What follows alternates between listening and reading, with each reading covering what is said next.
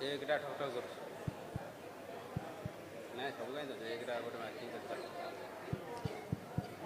ଏକଟା ଦେଖିଲ ଏଇଟା ଏକଟା ଠକ୍ ଠକ୍ କରୁଛି ହେଉଛି ଟି ହାଁ ଚେକ୍ ହ୍ୟାଲୋ କମ୍ ଅଛି ଏଇଟା 2 number check hello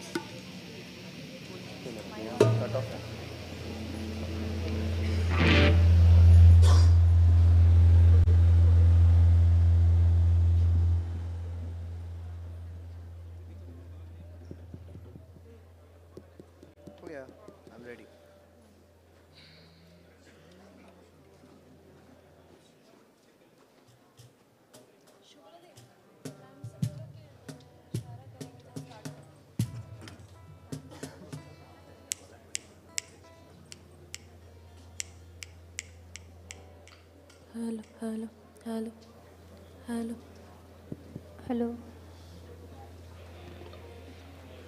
Hello. Hello.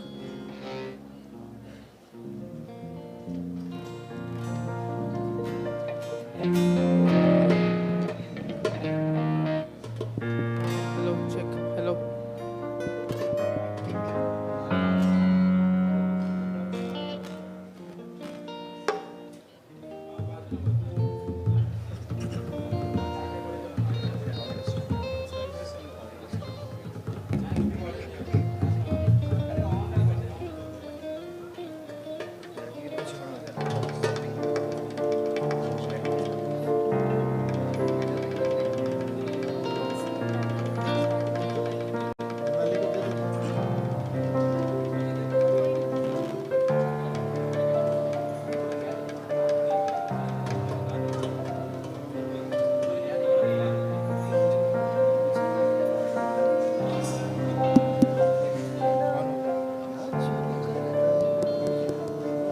Hello, hello.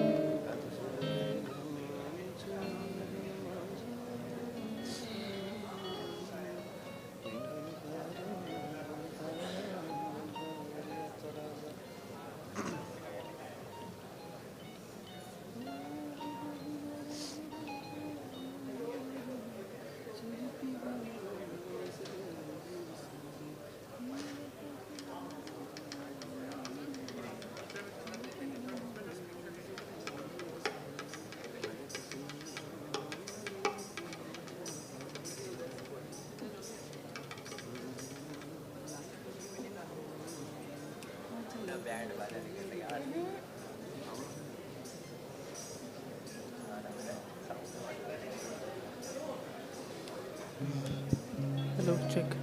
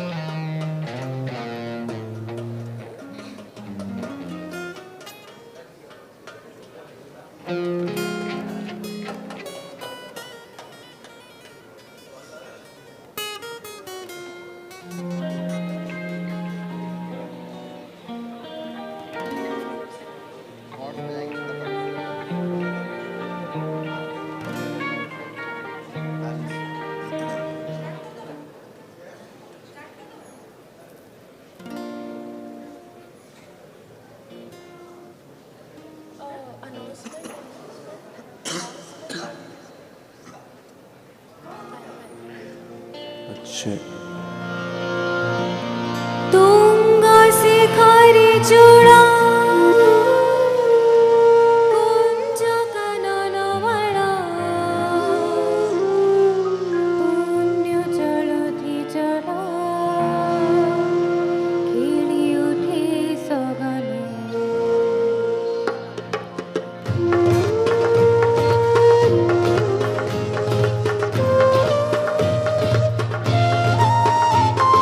Tunga Shikhari चूड़ा कुंज कानन माला पुण्य जलधि जल खेली उठे सगले प्राची गगन शिरे भासी कनक नीरे आसत बनए उत्कल भुवने तुंगा शिखरी चूड़ा कुंज कानन माला पुण्य जलधि जल खेली उठे सगले আজি কি সারঙ্গ ছবি রাজে রুচির কিন বজিবনে ভর কটি অন্তর কি গায়ে সম্পদ সিরি হৃদে হৃদে আসে পুরি কি পুলক ধর খেল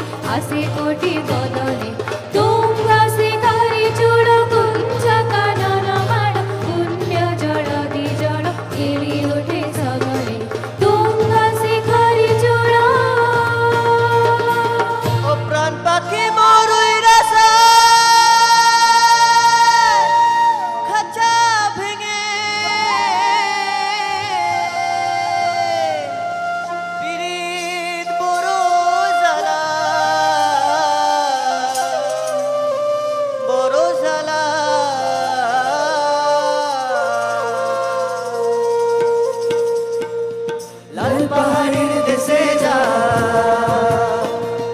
रंगा माटीर देशे जा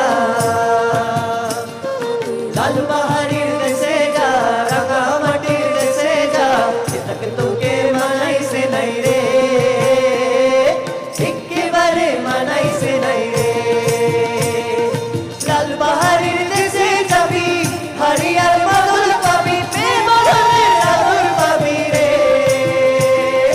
हो नगुर हो नगुर हो नगुर हो नगुर इक्के बारे मनाई से नहीं रे लाल बहारीर देशे जा रंगा माटीर देशे जा तक तुके मनाई से नहीं रे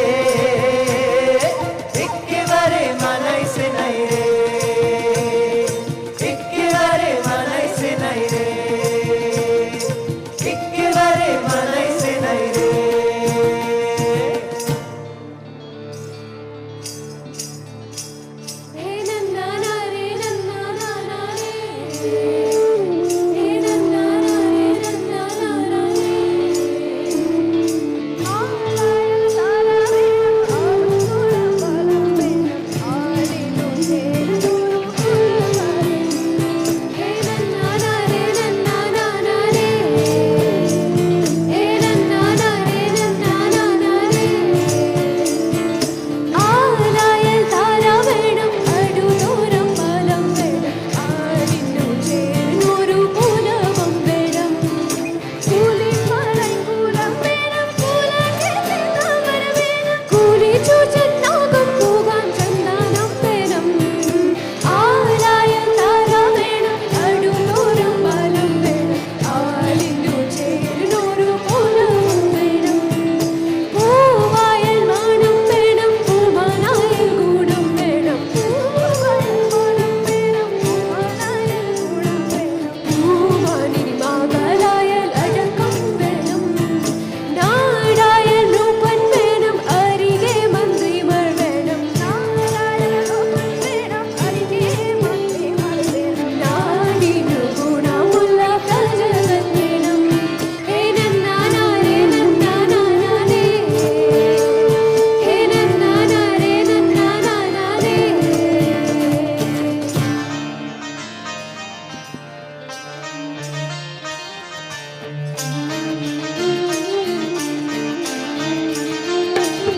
छल्ला बेरी ओय मूरे वे वकल महिदा दूरे वे जाना पहले पूरे वो गल सुन छलिया छोरा वे का दलाया ई जोरा छलनो नो खेवे छलनो नो खेवे चलो नो खेवे वे पुत्र मिठड़े मेवे और अब्बा सबनू देवे और अब्बा सबनू देवे वो गल सुन छलिया कावा वे मावा ठंडिया छावा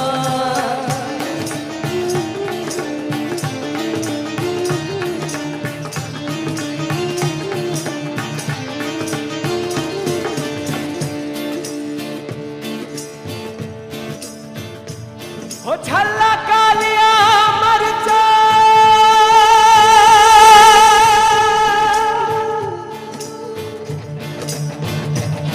छलकालिया मरचा छल्ला कालिया मरचा छल्ला कालिया मरचा वे मोरा पी के मर वे तेरे सिर ते चढ़सा वे गल सुन छलिया डोला वे साथ की ताई होला छलकूते धरिए छलकूते धरिए छलकूते धरिए वे गला मूते करिए वो सच्चे रब तो डरिए वे गल सुन छलिया काला वे मावा ठंडिया होला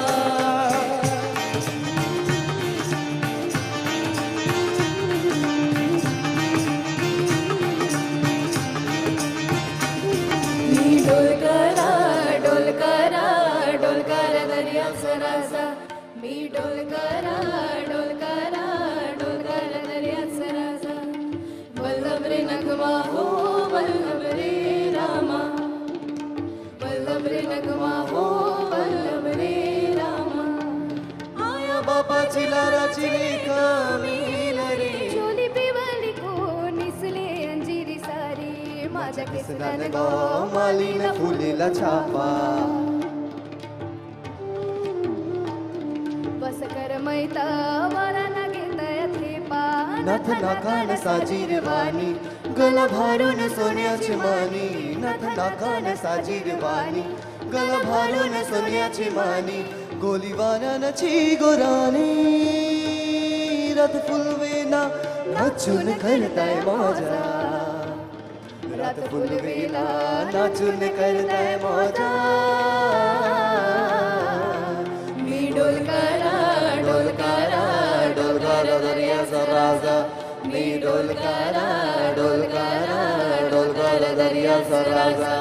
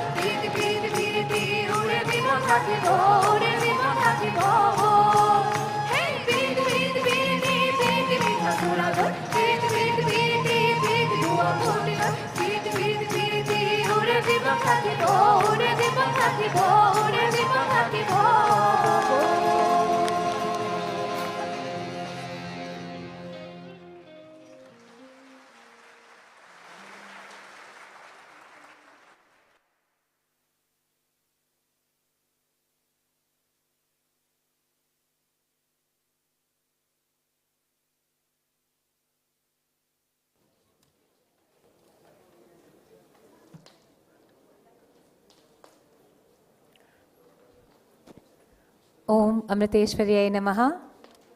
Thank you, team KIT, KISS for that enthralling performance. I'm sure it got everyone grooving. We'll be moving forth. A very, very warm welcome to our dignitaries, experts, guests, and participants who have gathered here for the official Civil 20 Working Group Summit, which brings together the 8 sub-themes of the Gender Equality and Disability Working Groups. We request our dignitaries to kindly join us on stage here. Ms. Fulrani Ramji, Dr. Achita Samanta ji,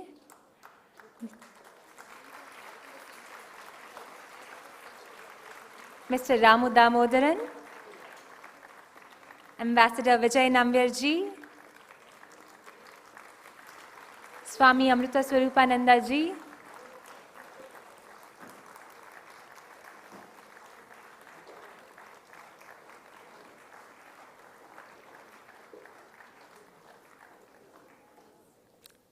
welcome, and Naila Chaudhary ji.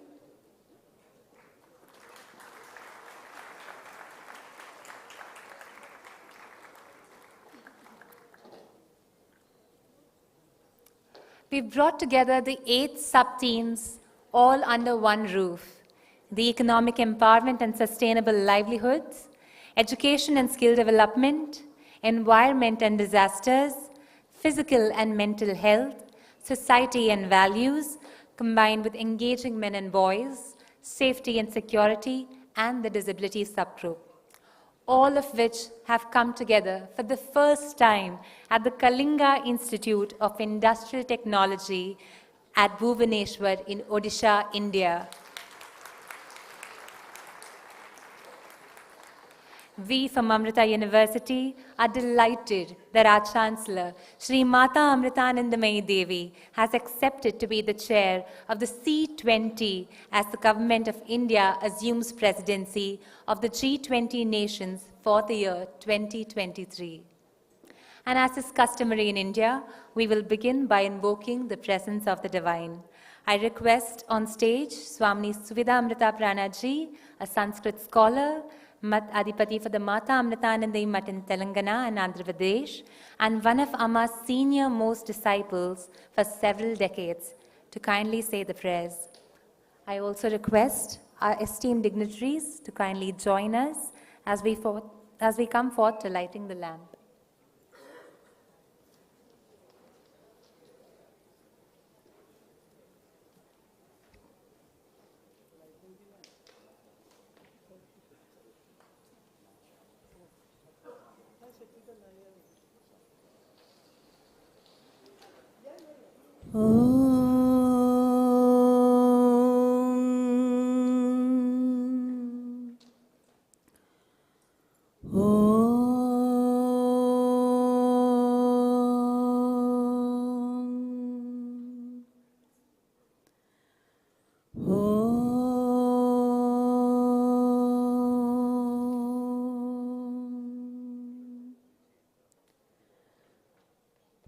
Shri गुरुभ्यो नमः हरि ओम स्नेहालोक सुमोहन वदना करुणार्द्रानत नयनां रम्या श्रितजनपालन व्यग्रां सौम्या अमृतानन्दमयी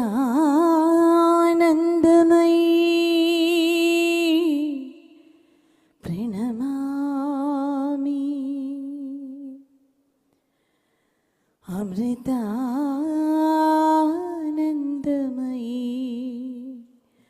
प्रणमामि ॐ सहना भवतु सहनौ भुनक्तु सह वीर्यं करवावहै तेजस्विनावधीतमस्तु मा विद्विषावहै ॐ शान्ति शान्ति शान्तिः.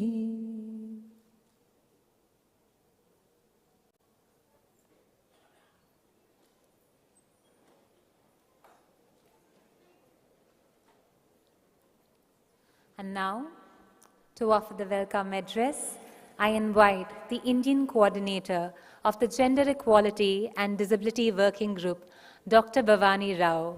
Dr. Bhavani Rao is the Dean of the School of Social and Behavioral Sciences of Amrita Vishwa Vidyapeetham, a top-ranked university in India. She is also the director of 2 research centers, Amachi Labs and the Center for Women's Empowerment and Gender Equality. She has been appointed as India's only UNESCO chair in the gender equality since 2016.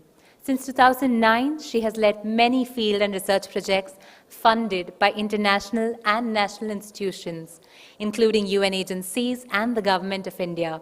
Her work focuses on empowering vulnerable communities, especially rural women, in different areas of their life, including skills for livelihoods, environmental stewardship, and physical and mental well-being. One of her passion areas is training in gender sensitization, where she has been leading initiatives in training one of the largest paramilitary forces in the world, the Central Reserve Police Force of India, and expanding this to university students, men and women in rural and urban India. Please, Dr. Bhavani.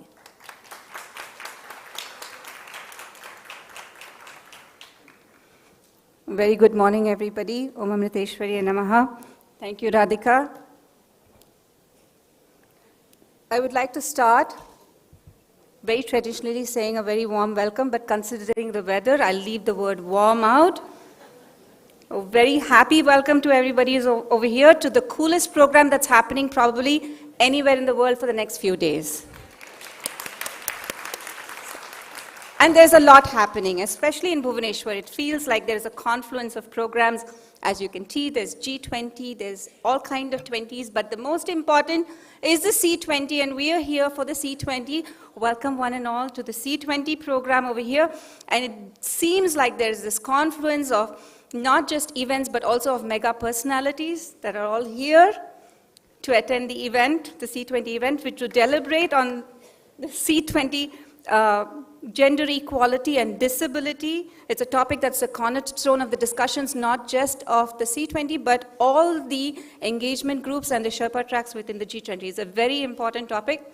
Thank you for joining us here today. We bring here at C20, we bring the voices of the people to the G20. And a very good friend of mine told me this morning that today is also Akshaya Tritiya, which means any good thing we start, good action that we start today will have permanency. So may the good work that we started today during this program have a long-lasting influence on the earth, not just the G20 countries, but all over the world. So the sessions that will fill the hours, both today and tomorrow, will be a synthesis of the work that has happened over many, many months. And these are months of discussions, research, and we thank you for your presence and your commitment to the cause, your efforts within your spheres of work for supporting a larger work towards the same values and goals. The C20 chair is Amma, Mata Amritanandamayi Devi. And what better inspiration can we have to guide our conversations? She is at the intersection of possibly every kind of defined vulnerability the woman could find herself, and yet she has risen above all these challenges, not just a light, but she's like a lighthouse. And she guides thousands across very dark and difficult situations to navigate. And I welcome her presence to fill our deliberations with the light of wisdom, the light of the wisdom of mothers, the wisdom of grandmothers, the wisdom of Mother Earth, and the wisdom of the universal motherhood. So I welcome Amma to our hearts and to our presence today in the program. Bringing her presence more tangibly to this program is Swami Amrita Swarupananda Puri. He is here as a representative of the C20 chair, Amma, and as the member of the Troika for the C20. Swami Amrita Swarupananda Puri is probably the senior most disciple of Amma, and his role may be described as the central pillar and the crossbeam within the Mata Amritanandamayi Math. Swami Amrita Swarupananda Ji has also been instrumental in spreading Amma's teachings of love and compassion and selfless service across the globe. He has played a significant role in organizing and managing several charitable activities, including disaster relief efforts, healthcare initiatives, and educational programs. Incidentally, he is also the president of the Amrita University, which is one of India's top-ranked universities, which is also known to be, has the distinction of being ranked the 8th on SDG 8 in the world on gender equality and women's empowerment.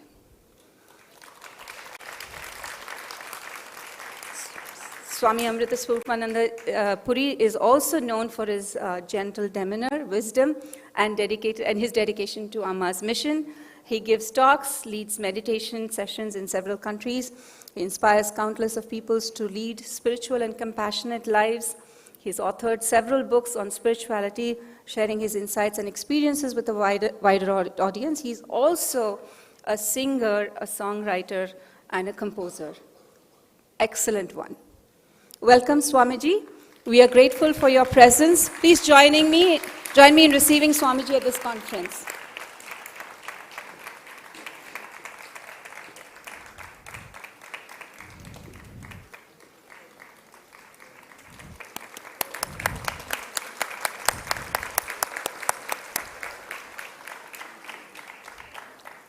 Next, it's a privilege to announce and introduce to a person whose generosity allowed us to assemble here in this beautiful place, Dr. Achyuta Samanta.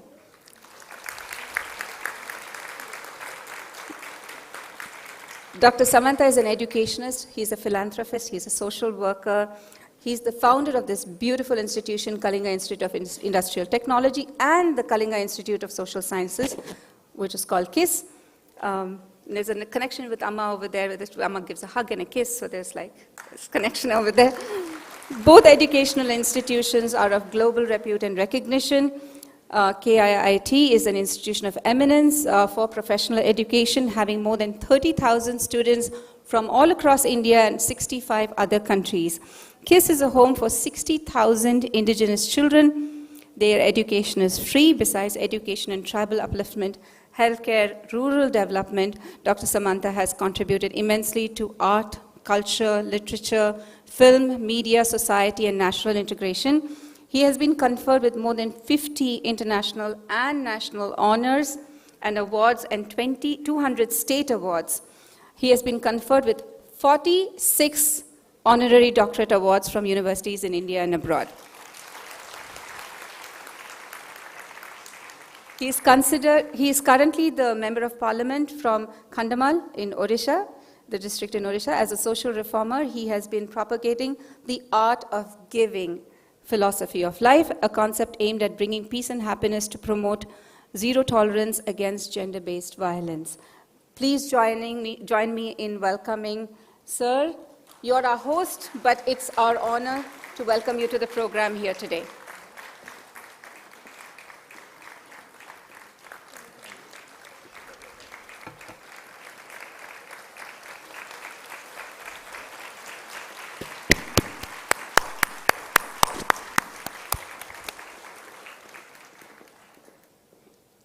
I would like to now welcome our Honorable Minister, Minister Kalpana Devi Kunjusha. She's not here. She was not able to make it. Very last minute, but I know she would have loved to be here, but she was very kind to send her representative over here, and this is Dr.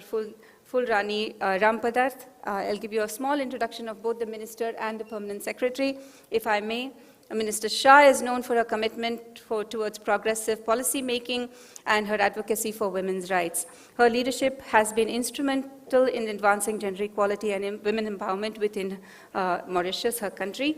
She has championed initiatives to address gender-based violence, promote economic empowerment, and access to education and healthcare for women and girls.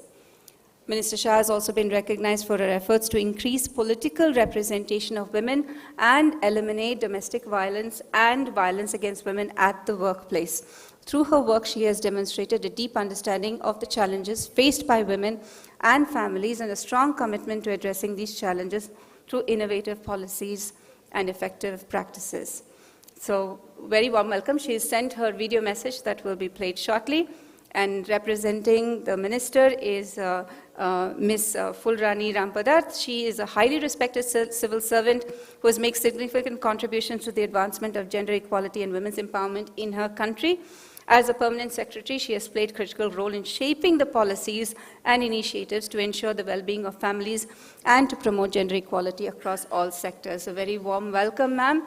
Thank you so much for last minute jumping in, making the flight. We're grateful you're here. Welcome to India and welcome to Orissa and the program.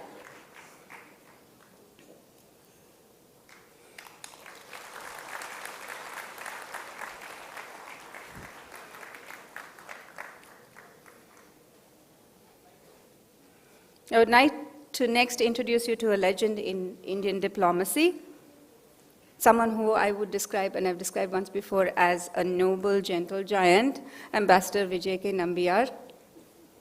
Ambassador Nambiar has served as a former special advisor to the UN Secretary General Ban Ki-moon. Prior to this, he was the Deputy National Security Advisor to the Government of India and the head of the National Security Council Secretariat. He also served as the ambassador to several countries in Asia and in the US. During the course of his professional career in the Foreign Service, he has also served in numerous bilateral, multilateral appointments in Beijing, in Belgrade, and in New York. He was involved at the delegation level in numerous UN and non-aligned summit and ministerial conferences since 1979. And for those who do not know it, Ambassador Nambiar is also a polyglot. He speaks more language than my time limit on this program. Welcome, Nambiar, sir. Rumor has it that Nambiar, sir, is actually going to speak to us in Chinese, and the only translation will be in sign language on both screens. joking.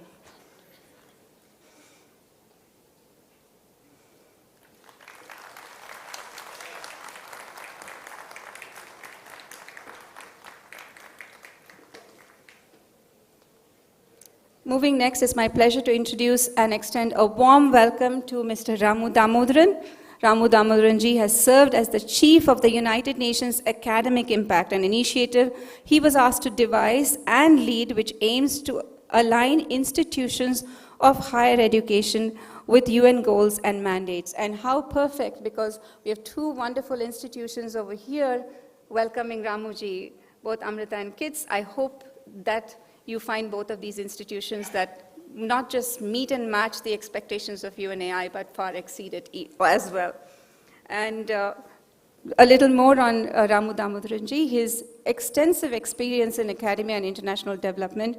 He's also an expert in the intersection of education, sustainability, and global issues. His work has been instrumental in fostering partnerships between universities and the United Nations, and to promote the power of education in achieving social change. Ramu Damodaran ji has been recently awarded the honorary degree of Doctor of International Affairs, honoris causa, by the J.F. Oberlin University, recognizing his commitments and contribution to global education and fostering the culture of peace. Very warm welcome, Ramu ji. Thank you for being with us here today. Yes, please.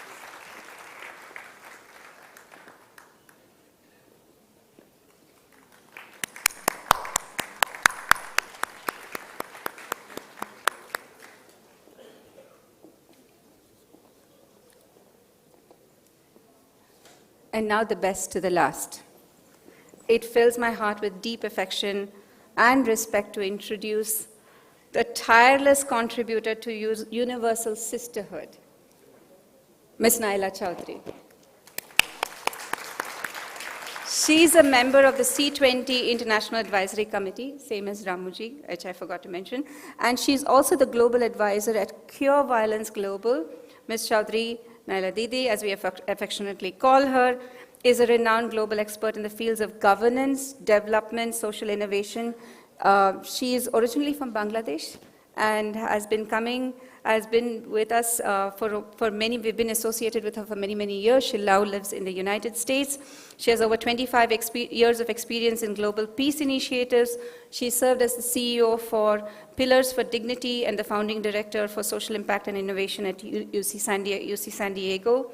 She currently serves as the global advisor for Cure Violence Global, and she is also the director of Global Partnership and Resource Management for the Foundation for the Support of the United Nations. She's also the person to first start a 24/7 call center in Bangladesh, and she was the first woman director of Grameen Phone Limited, which then eventually became the largest phone company in Bangladesh. And through this, she supported millions of women in remote villages become economically empowered. She has made significant contributions as a global ambassador for the Joyful Women Foundation, founder and chair for Women for Empowerment, global project advisor for Fashion for Development, chairman of the Teleconsult Group. In her own words, my key focus remains dignity, peace, empowerment, a world without violence and prosperity for all. Eid Mubarak, Didi. Very happy that you're here on such an auspicious day, and which makes us feel that you really think of us as family. Thank you so much for being here. Please join me in welcoming Naila Didi.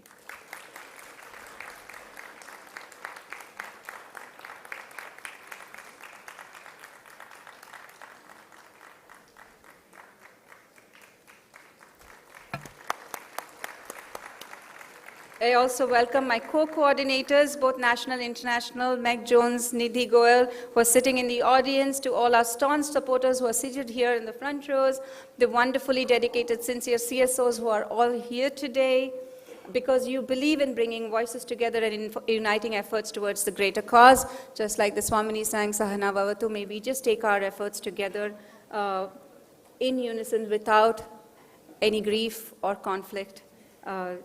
Welcome from me, but joining me also in welcoming is this army of brilliant, sincere people who have incessantly worked to make this happen. So very warm welcome to everybody here in the audience. Welcome to the staff and students of the Kalinga institutions.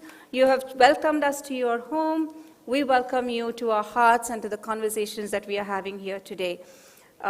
We all know that the health of a nation, a community, and a family is good when the women of that unit come together as one. So women are the keepers of all the vulnerable populations while being vulnerable themselves. In working on women's empowerment and gender equality, we naturally bring the missing balance in the world.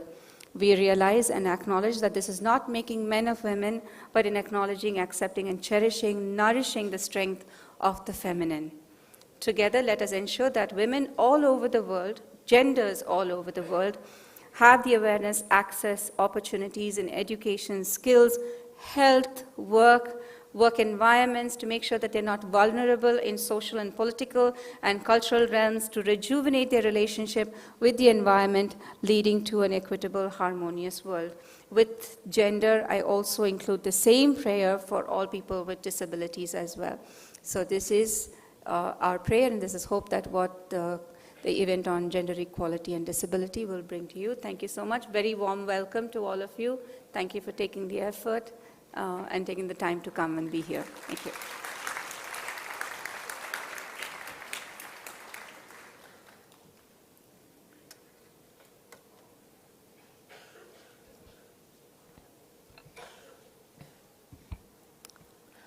We would now like to hear from the C20 Chair of 2023, Mata Amrita Nindamayi Devi's message on gender equality and disability.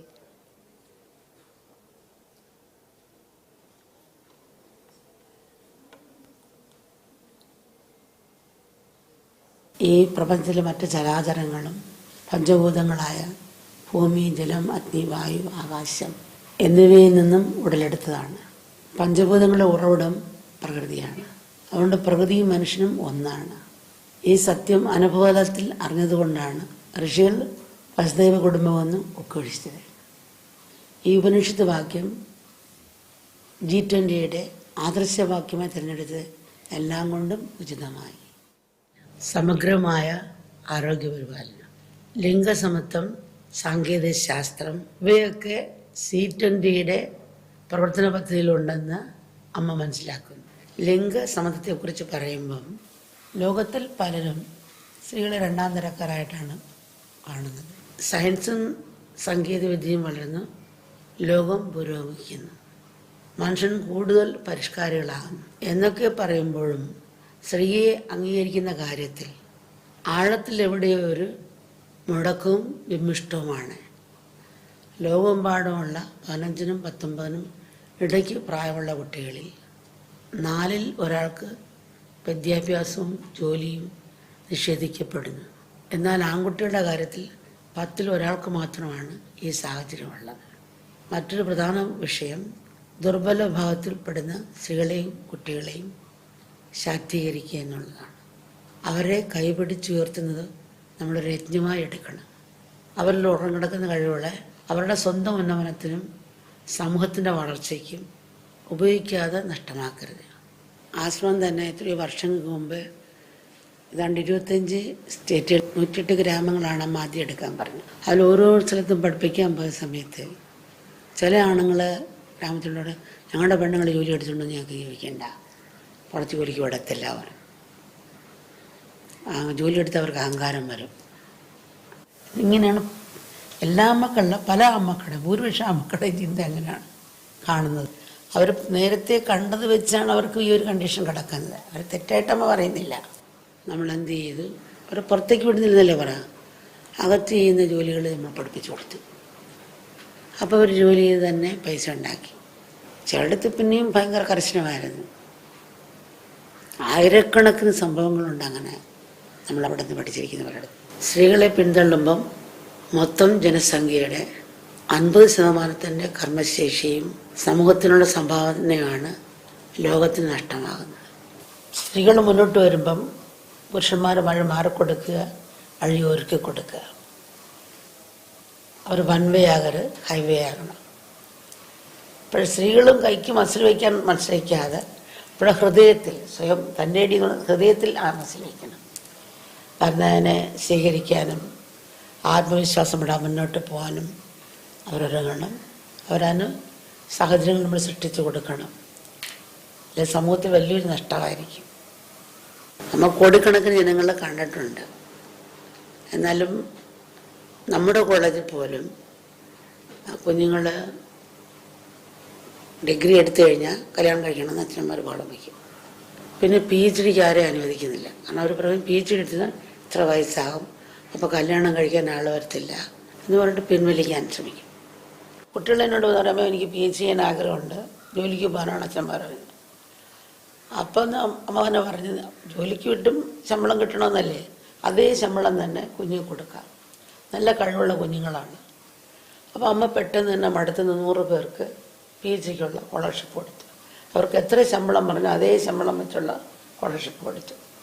അപ്പോൾ ഈ കുഞ്ഞുങ്ങൾ നല്ല ധാരാളം paper എഴുതുകയും നല്ല കഴിവുകൾ കൊണ്ടുവരാൻ സാധിച്ചവർക്ക്. അങ്ങനെ കുട്ടികളെല്ലാം PhD എടുക്കുകയും നല്ല കല്യാണം കിട്ടുകയും കല്യാണം കഴിക്കുകയും ചെയ്തു. അപ്പം നമ്മൾ ഭയന്നിരുന്ന് കുട്ടികളിങ്ങനെ അല്ലേ കല്യാണം കഴിക്കാൻ പറ്റത്തില്ല പറഞ്ഞിരുന്നാൽ എന്തെങ്കിലും അത് സാധിക്കുമോ? അപ്പോൾ നമ്മൾ സാഹചര്യം ഒപ്പിച്ച് കൊടുത്താൽ തീർച്ചയായിട്ടും അവർക്ക് അവരുടെ കഴിവിനെ പുറത്ത് കൊണ്ടുവരാനും അത് സമൂഹത്തിന് ഗുണകരമാകുകയും ചെയ്യും. സ്ത്രീകളെയും അപരകളെയും ആദരിക്കുവാനും സഹായിക്കാനുമുള്ള അവബോധം ആൺകുട്ടികളിൽ ചെറുപ്പത്തിൽ തന്നെ വളർത്തിയെടുക്കുക. സ്നേഹത്തെ ആരാധനാമൂർത്തിയാക്കാൻ കുട്ടികളെ പരിശീലിപ്പിക്കുക. ഈശ്വരൻ സ്നേഹമാണ് എന്നതുപോലെ സ്നേഹം ഈശ്വരനാണ് എന്നും താഴെയുള്ള ക്ലാസ്സുകൾ മുതൽ തന്നെ മനസ്സിലാക്കി കൊടുക്കുക കുഞ്ഞുങ്ങൾക്ക്. നമുക്കെല്ലാം ഒരേ മനസ്സോടെ ഒരേ ലക്ഷ്യത്തോടെ ലോക നന്മയ്ക്ക് വേണ്ടി നിസ്വാർത്ഥമായി പ്രവർത്തിക്കാൻ നമുക്ക് കഴിയട്ടെ.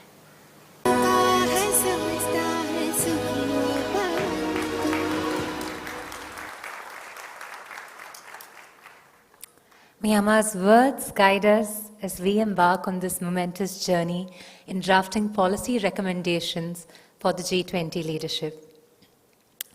It is now my privilege to invite on stage Dr. Chittasamantha Ji, Member of Parliament and founder of the Kalinga Institutes. Sir.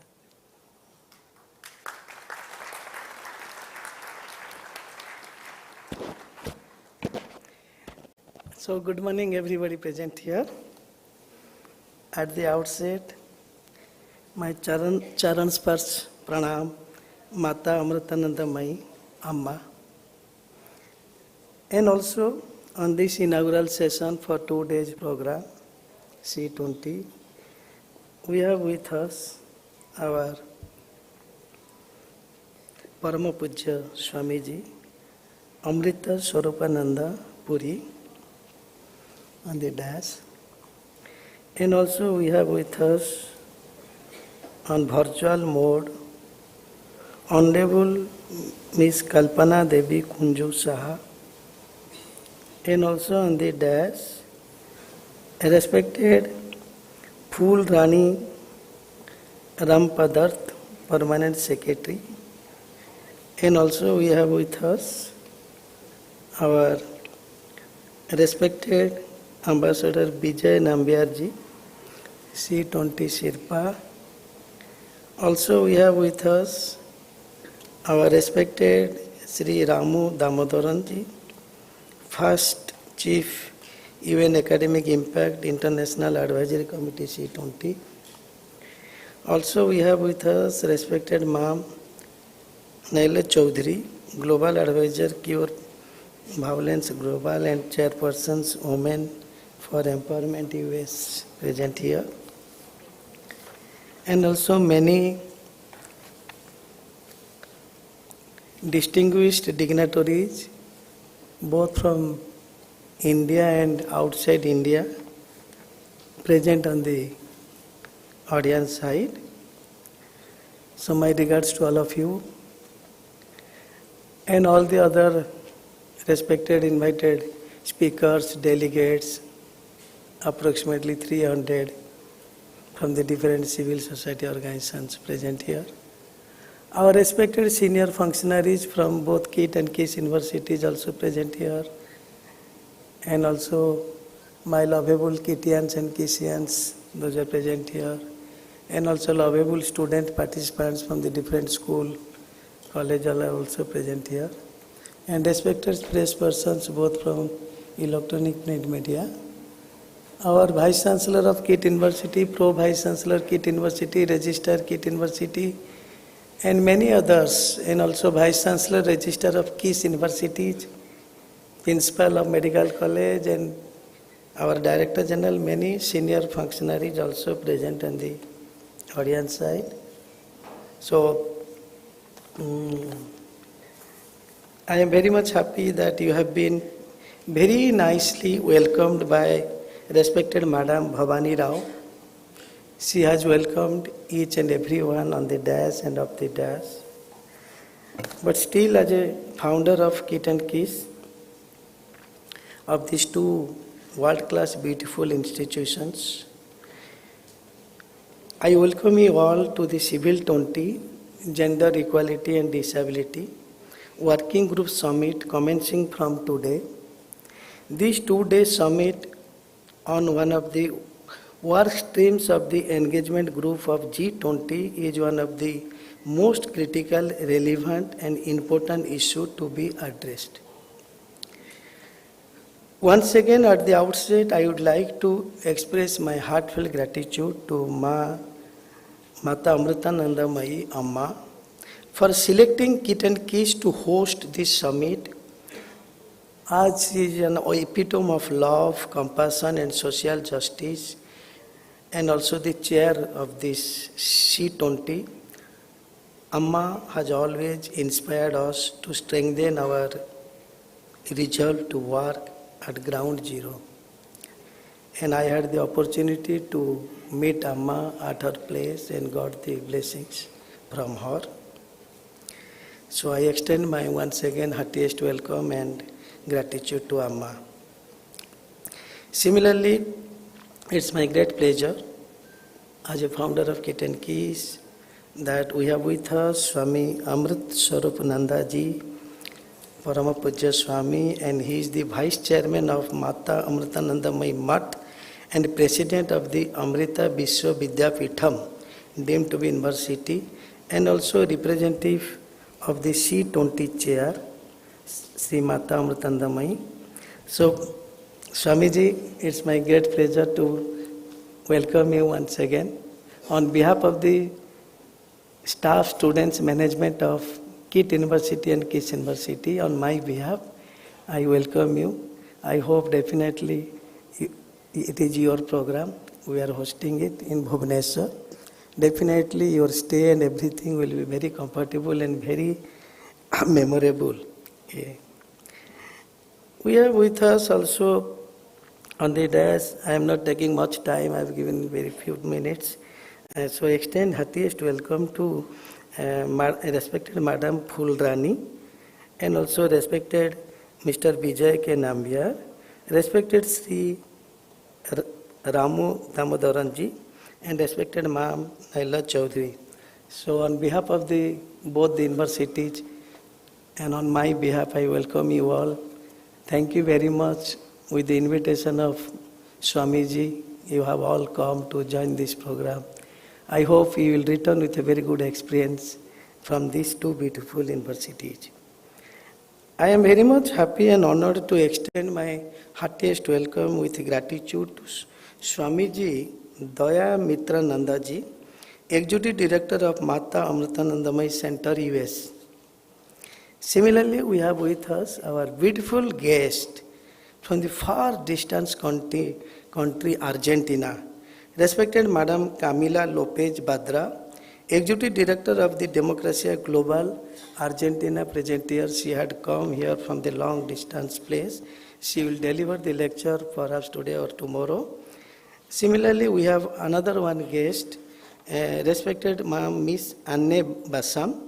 She is the Chair International Task Force on Human Trafficking from the US. She will also deliver the lecture. Respected Ma'am Jones, Senior Expert Gender and Trade, present at the design, and also respected Ektrina, the Permanent Secretary of the World Summit of Nobel Peace Laureate, present here.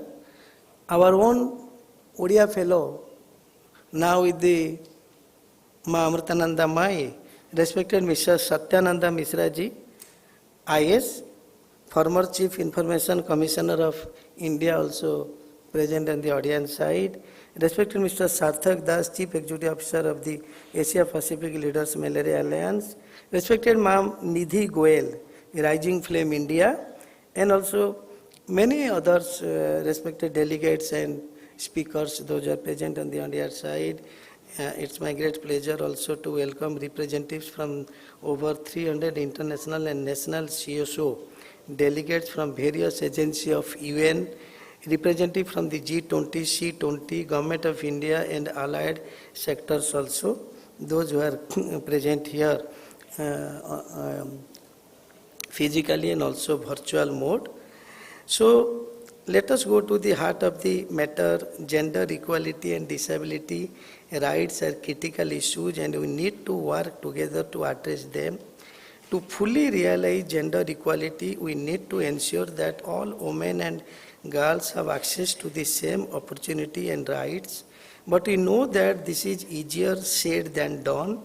Gender discrimination is deeply ingrained in our societies. We need a holistic approach that addresses access to education, healthcare, employment, and other critical areas that affect vulnerable and marginalized groups. This means shifting gender relations, promoting women's leadership, and also engaging men and boys in the process of attaining gender equality. In this context, I would like to mention that these themes for the C20 is being hosted here in KIT and KIS premises, and this is the best place for your kind information to host this type of theme, that is gender equality and disability. You will be happy to know that we are having two great universities. KIT University is Kalinga Social Industrial Technology with 40,000 students from pan-India and 65 countries. 50% girls. Out of the total students, 50% belong to girls. We have 15,000 permanent staff, 5,000 temporary staffs in KIT, KSS, KIMS. You cannot believe 50% of the staffs belong to girls, women. Our president of this entire KIT KIS is the woman. She is a lady of 76 years old. Vice Chancellor of this KIT University is a woman. All important posts are with the women in the KIT and KIS. That's why KIT and KIS have been grown so beautifully, so nicely within 25 years only. Even chairperson of the international school, we are also having one very beautiful KIT international school. That is the only international school in eastern part of India having 3 affiliations, Government of India, CBSE, IGSE and also IB. She is also a woman. So we empower and respect women. More you respect and empower women, more you will be glorious. That is my taught to me by my mother from my childhood. That's why after losing father at the age of 4, not getting even 1 square meal in 2 days in my childhood, God has put me in this position, founder of KIT and KIS. I respect women. I empower women. That is the secret success of Achyut Samant. Another one beauty of the world, as people say, 8th wonder of the world, Kalinga Institute of Social Science. A home for 80,000 poor indigenous children, tribal children, fully free, fully residential. It is also university, only tribal university in the world. 40,000 pass out and 40,000 in the campus. You may not believe, 65% of them girls. 65% of them girls. And I know there is no time to explain this gender equality or the importance of girls and women in the society, in the country, in the state. So there is lacuna of time, so I don't want to, but you will be happy to know that this KIS is the 8th wonder of the world. Very beautiful in all respect. Today you have a functions in KIS also, you will see the beautiful children and you can see the smiling face of my lovable girls from the KIS present here with the uniform. how beautiful they are, how empowered they are. So anyhow, my objective is to that we believe in gender equality and disability. You will be happy to know that 400 differently abled persons are the employee of Kit and Kiss.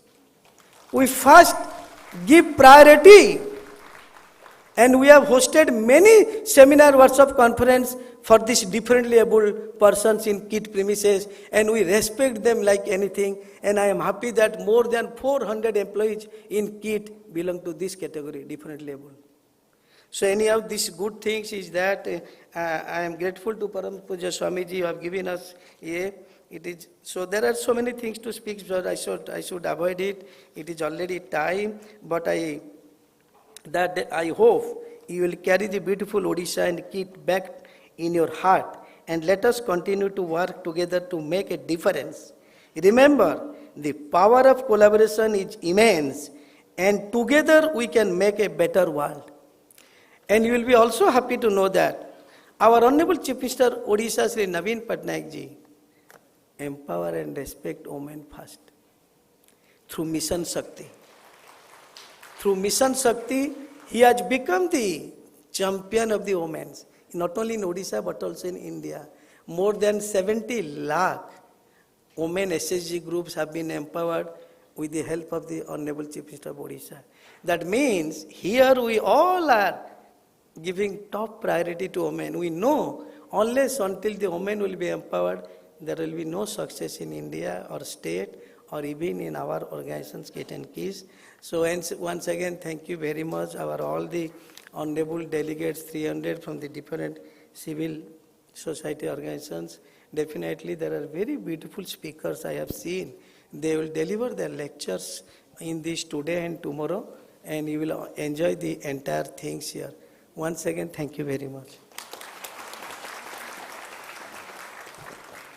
Thank you, sir. I kindly request Professor Achyuta Samant, Honorable Member of Parliament Lok Sabha and founder KIIT and KISS, to felicitate our esteemed dignitaries on behalf of KIIT and KISS.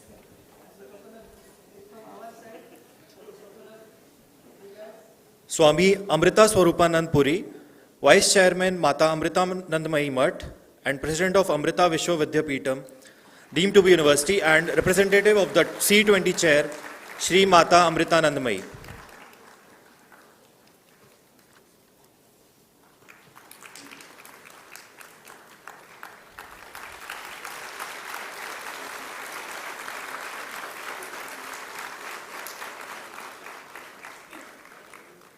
Ms. Phularani Ramapadarth, Permanent Secretary, Ministry of Gender Equality and Family, Government of Mauritius.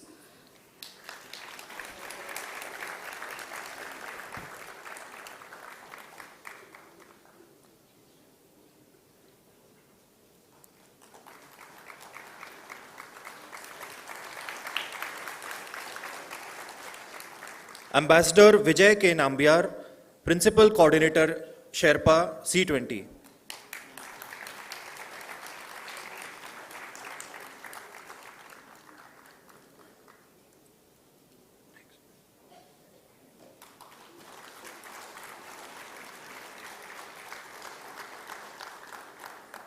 Shri Ramu Damodran, First Chief, UN Academic Impact, International Advisory Committee, C20.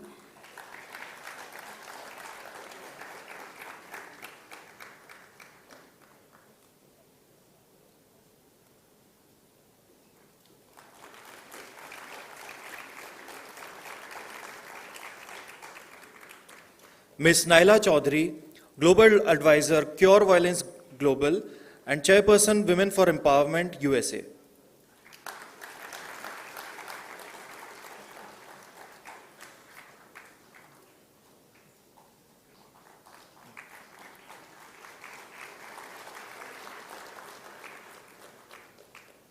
We would also request dignitaries of the dais to please come up on the stage, and we would be felicitating them.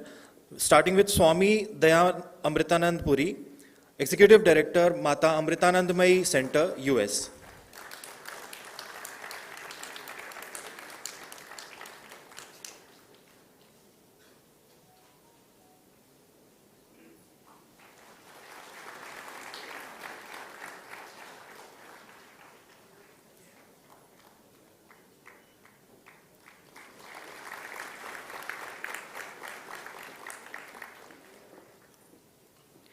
Ms. Camila Lopez Badra, Executive Director, Democracia Global, Argentina.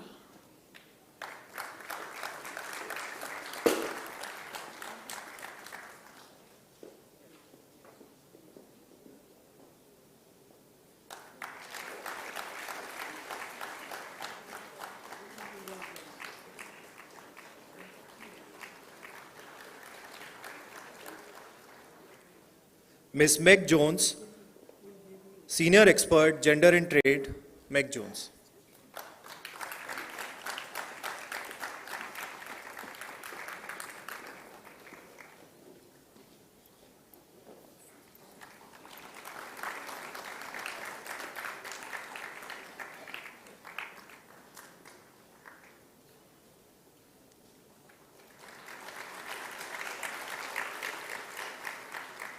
Mr. Satyanandra Mishra, former Chief Information Commissioner of India.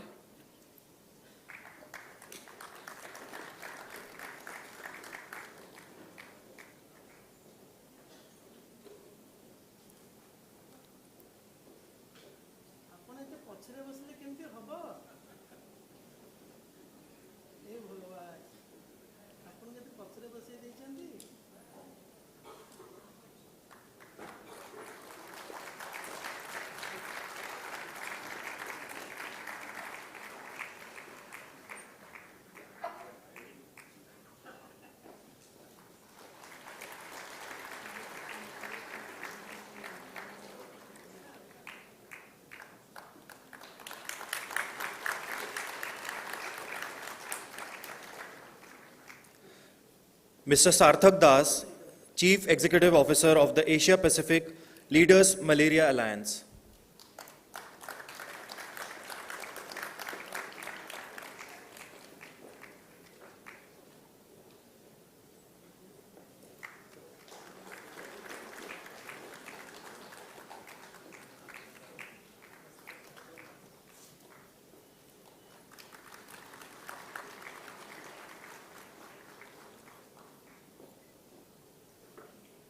Ms. Nidhi Goyal, Rising Flame, India.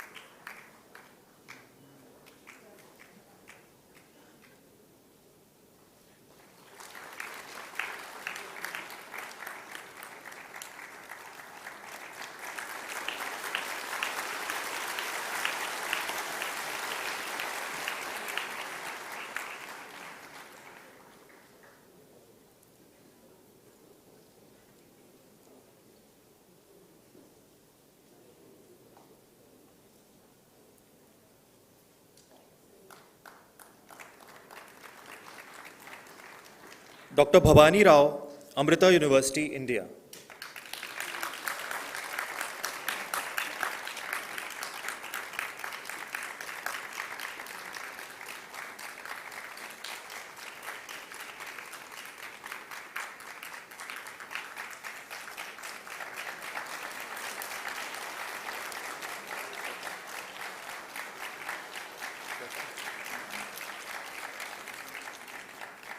Thank you, sir.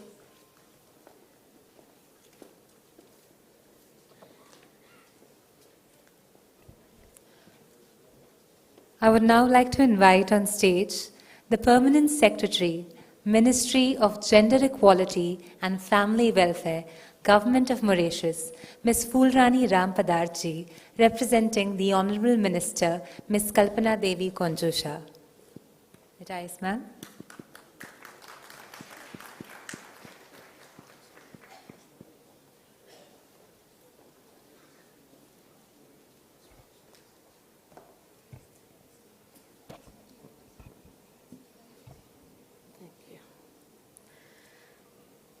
Srimata Amrita Mai Devi, Amma C20 Chair, Professor Achyuta Samantha, Member of Parliament, founder of the Kalinga Institution. Swami Amrita Swarnapurnanda Puri, representative of Amma. Ambassador Vijay Nambiar, C20 Sherpa. Mr. Ramu Damodaran, member of the C20 International Advisory Committee. Ma'am Naila Chaudhary, member of the C20 International Advisory Committee, and Global Advisor, Q Valence Global. Dr. Bhavani Rao, C20 Gender Equality and Disability Working Group Coordinator. Distinguished guests, esteemed colleagues, ladies and gentlemen, a very good morning to you. I am extremely honored to be here today to represent the Republic of Mauritius and to participate in this summit on the subject of gender equality and disability, a subject that transcends borders and affects all of us. I would like, on behalf of the Government of Mauritius and on behalf of the Honorable Kalpana Kunjusha, Minister of Gender Equality and Family Welfare, extend our heartfelt thanks to the C20 Gender Equality and Disability Working Group for the invitation and for allowing us to share our experiences and challenges in addressing gender inequality and promoting gender equity, thus bringing our humble contribution to this laudable initiative. Allow me now to share with you that the Government of Mauritius has adopted a national gender policy for the period to 2022 to 2030, which was launched by our Honorable Prime Minister, Mr. Pravin Jagnnath, as part of the government's commitment towards the cause. The policy document sets out the guideline that underpin government's commitment to integrate gender in all planned actions and provides the basis upon which every sector is guided to develop their sectoral gender policies and implementation plan. Under the leadership of the Honorable Kalpana Kunjusha, the Ministry of Gender Equality, Family Welfare of Mauritius is endeavoring in implementing the various policies aiming at mainstreaming gender in both the public and the private sectors and promoting the economic inclusion and empowerment of women and girls. Without further ado, let me now pass on to the Honorable Kalpana Kunjusha, who at the last minute, unfortunately, could not be able to make it. The Honorable Minister would like to address the audience on the theme of gender equality and disability by way of a video message. Thank you, everyone.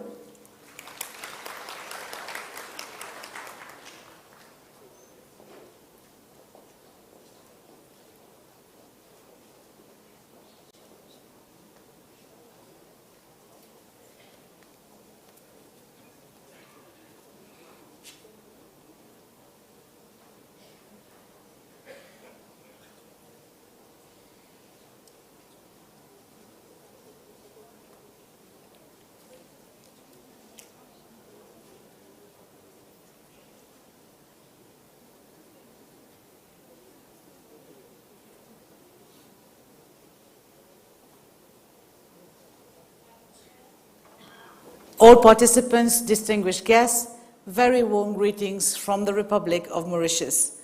Thank you for this tremendous opportunity to address this most highly esteemed audience on the very pertinent realities of disability and gender equality. It is an undeniable fact, supported by research-based evidence, that till today, nearly all women with disabilities are unable to fully enjoy equal rights. They make up, without doubt, one of the most excluded and isolated segments in every society. It is confirmed by countless studies, countless surveys, that these women are more likely to end up in extreme poverty, to end up with little or no schooling at all, which in turn leads to unemployment, to be unmarried, to be childless, to be physically, sexually, or psychologically abused, only to end with an ongoing list of wrongs that we, not only as policymakers, but also as human beings, we have the duty to redress this situation. Let us ponder the statement put forward in so many previous fora, and I quote, "Women are subject to triple discrimination by society, not only because of their disabilities, but also because they are women and they are poor." The general outlook still prevails worldwide that a disabled woman has little hope of becoming a wife or a mother or of getting a job. She therefore is looked upon as a burden to her family or to the state, a dependent for the rest of her life. Ladies and gentlemen, enough of this desolate side of the coin, which we are all very much aware of. Let us take stock of the aspiration of such women. If one could gather the million voices of these disabled and disadvantaged women, gather their pleas into one sound, I have no reason to doubt that collectively they would be saying, "I want to be like others." This is the aspiration of every disabled woman. To be able to have friends, to go to school, to have qualifications, and to get the skills for a good job. And then when they get the job, to do it well, to be independent, to be respected, to give and to receive love. In other words, ladies and gentlemen, they want to have a life like any other woman.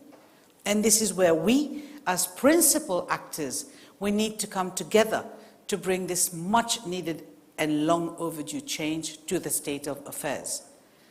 Ladies and gentlemen, the United Nations has been promoting the development of an inclusive global society, especially for disabled persons as agents of change and as beneficiaries of this change for the past decades, through the United Nations Convention on the Rights of Persons with Disabilities, which was adopted in 2006.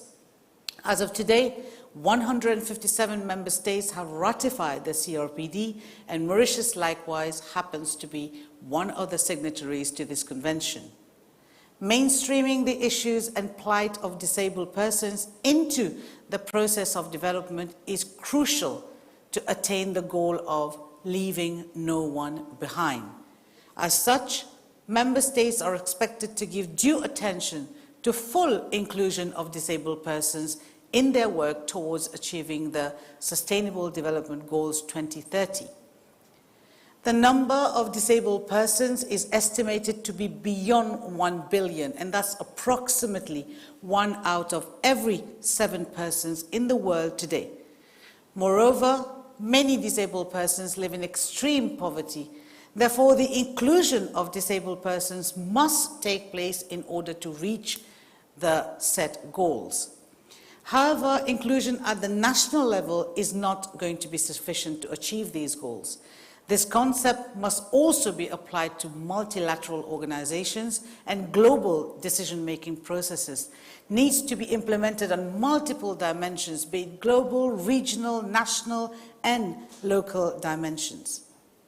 The proclamation on the full participation and equality of people with disabilities in the Asian and Pacific region, which has been signed by 39 nations in the region, brings hope for a regional focus within this global perspective.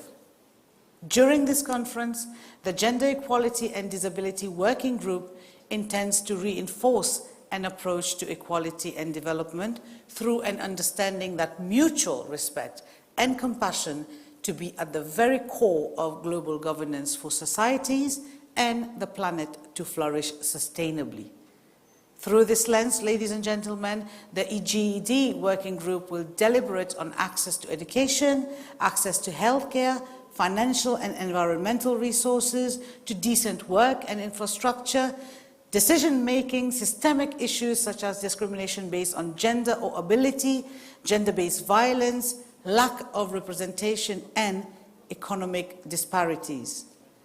Distinguished participants, allow me to share with you some of the progress made by the state of Mauritius in promoting gender equality with a specific focus on gender and disability. As you may know, disability and gender are intertwined, as both seek to promote the rights, opportunities, and uphold the dignity of individuals. Mauritius has made significant progress towards addressing the challenges faced by women and girls with disabilities. We recognize the need to support them in their pursuit of education and integration into the labor market, the need to empower them with the autonomy and confidence that they require to thrive in society. The Republic of Mauritius has signed and ratified different treaties to protect women's rights and prevent discrimination against women. Mauritius has domesticated most of the treaties, and legislations have been introduced or amended to give effect to these treaties. For instance, Mauritius has ratified and signed the UN Convention on the Rights of Persons with Disabilities. In terms of legislations, Mauritius has enacted the Special Education Needs Authority Act in 2018, which ensures that children with disabilities have access to the best educational opportunities suitable for their specific needs and to integrate mainstream education. The Ministry of Social Integration, Social Security, and National Solidarity is working on a draft disability bill. This landmark legislation will provide further protection to persons with disabilities. It's going to be encouraging access to tertiary education for students coming from low-income families and to students with disabilities, as well as the creation of a rehabilitation center to cater for disabled patients following accidents or surgeries, as well as setting up a mechanism for dealing with cases of abuse and violence on persons with disabilities.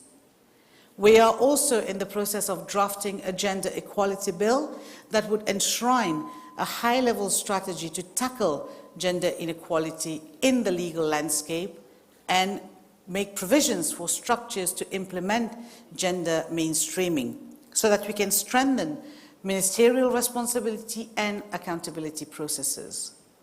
Ladies and gentlemen, in light of several policy issues that obviously has far-reaching implications, I am very sure you will appreciate that this is indeed a complex matter.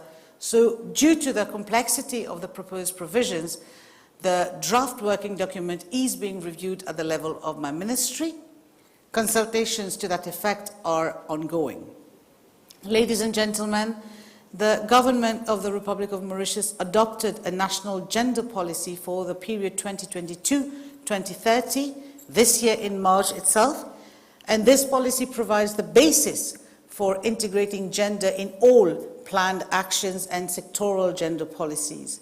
Subsequently, a national steering committee on gender mainstreaming, which was set up since 2010, is ensuring that every sector develop their own sectoral gender policies and implementation plan. In parallel, we have set up an interministerial gender technical working committee with specific gender focal points of all line ministries so that they can take stock of the actions that they are planning from a gender lens within their respective sectors. And that includes the Ministry of Social Integration, Social Security, and National Solidarity. At institutional level, we have a dedicated disability empowerment unit which operates under the aegis of the Ministry of Social Integration, Social Security, and National Solidarity, and this unit is the focal point for disability issues in Mauritius.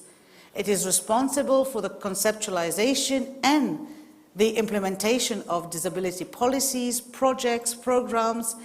In a nutshell, it facilitates the process of integration of persons suffering from disabilities into mainstream society. Mauritius provides a wide array of social benefits to people with disabilities, including women. And these are not limited to basic invalidity pension to those with a disability, as well as a carer's allowance to individuals with severe disabilities or those who are bedridden that require constant and targeted care. There is also the regular domiciliary visit of a doctor to persons who are bedridden. Psychological and mental health is another critical aspect of gender equality. And by providing equal access to mental health care and support, we can tackle the gender-specific challenges faced by both men and women in our society.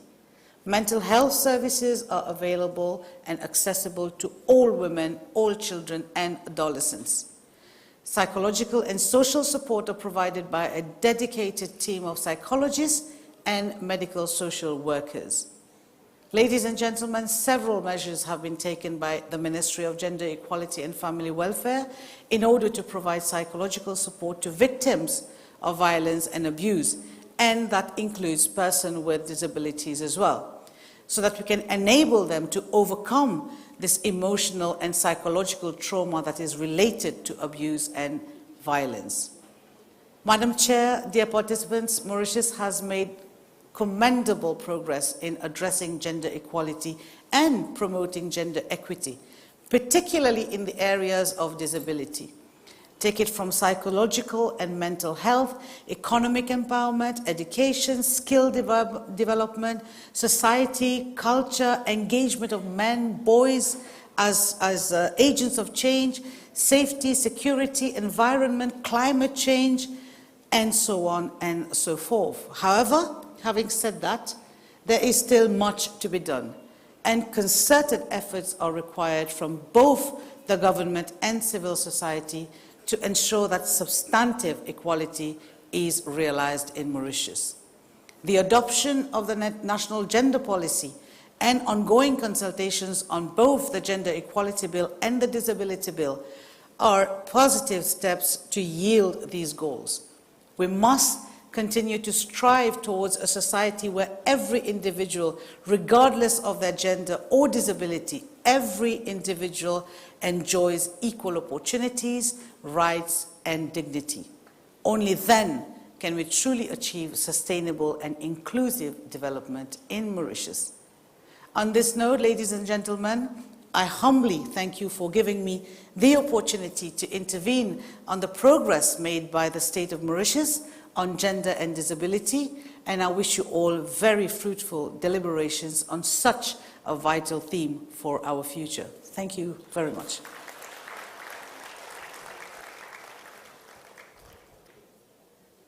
We congratulate the country of Mauritius on the amazing progress that they are making in the sphere of gender equity, and we wish them luck in enforcing and bringing their bill ahead. We will now be playing a video by the C20 chair, Mata Amrita. The Indian ethos, Vasudhaiva Kutumbakam, one world, one family, underscores the inherent unity behind this seemingly diverse creation. It is the view that there is a common thread harmoniously binding all life. This ancient worldview is deeply ingrained in the Indian psyche. This outlook bears tremendous significance when it comes to sustainable development. Thus, it is rooted in that vision alone that the 2023 G20 and its official engagement group, the C20, are moving forward. For too long, the world has witnessed violent conflicts in the name of race, religion, and cultural and political differences. Civil society groups have to strive to rise above such divisive politics. They have to dialogue with a focus of remembering that the world indeed is one big family. The projects launched by the Mata Amritanandamayi Mutt have always been in response to the needs of the hour. For example, its environmental program, Amula Bharatam, focused on cleanliness campaigns and creating awareness of hygiene. Children were taught to carry handkerchiefs to stop spitting on the ground. It was really a decade later, during the days of the pandemic, that we saw the urgency of such programs. Amma's relief and rehabilitation projects in the wake of natural disasters have brought hope to the world, drying the tears of the affected when earthquakes, tsunamis, and other such tragedies have devastated lives.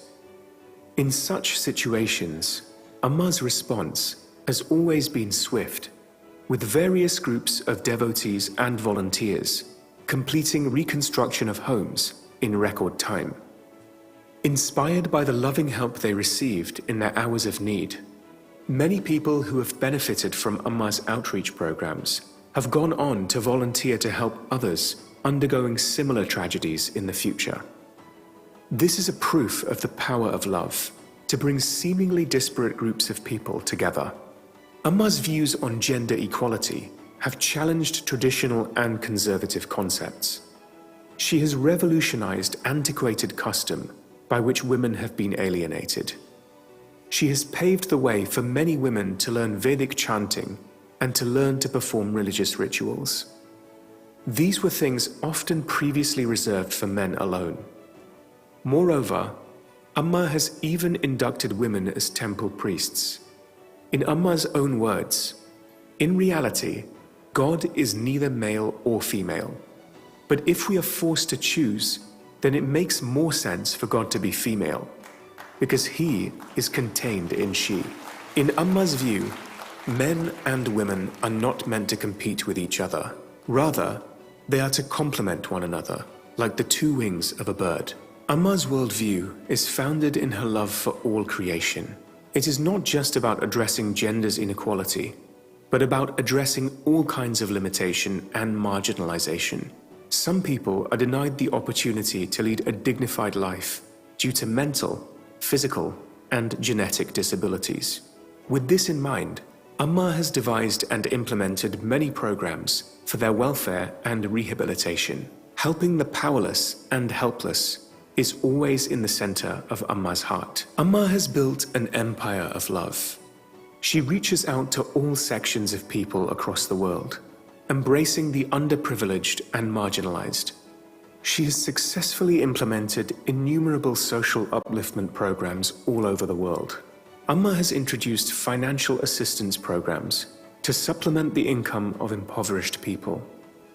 She has started drives to provide fresh drinking water, skill training projects, programs to generate employment, started self-help groups to financially support women's groups, welfare projects for socially backward communities, education schemes, programs to preserve the culture of indigenous populations, orphanages, old age homes, care homes, hospital networks, women empowerment programs, initiatives to ensure the rights of transgender communities. The list goes on.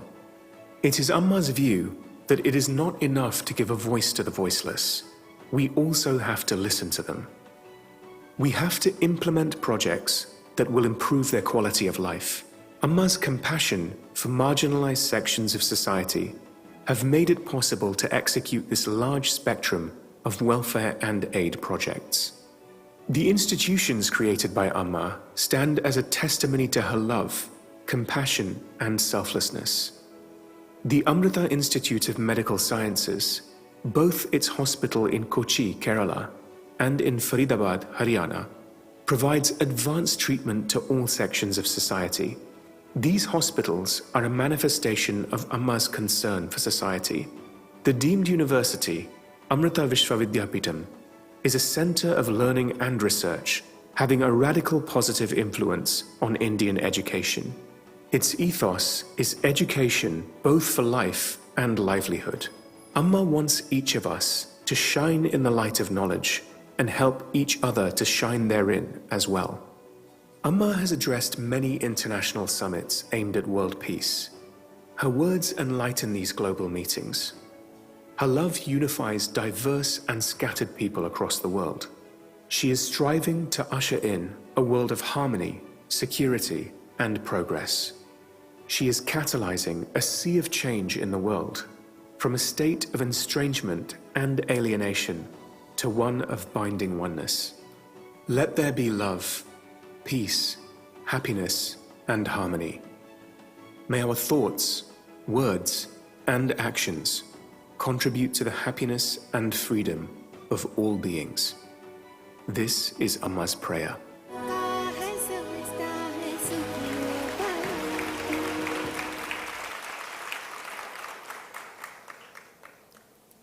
Thank you. Next, we have with us the senior most disciple of Mata Amritanandamayi Devi and the Vice Chancellor of Amrita Vishwa Vidyapeetham, Swami Amrita Swarupananda Puri, the official representative of the C20 Chair for India. Swamiji.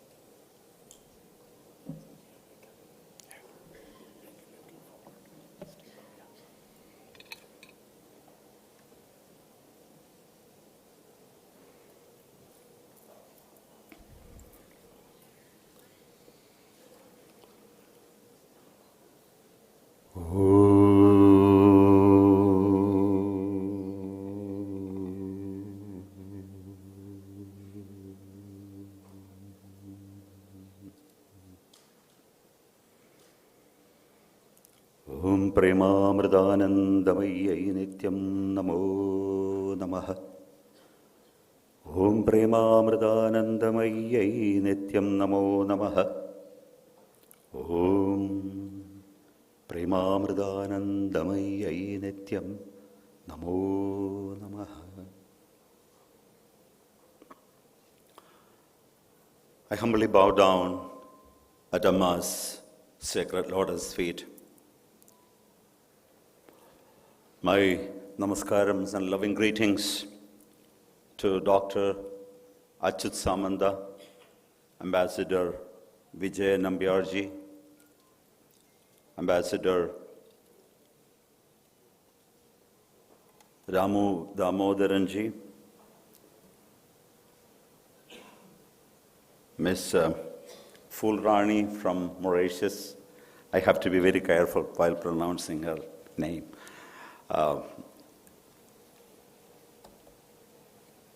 Miss Neela Chowdhury,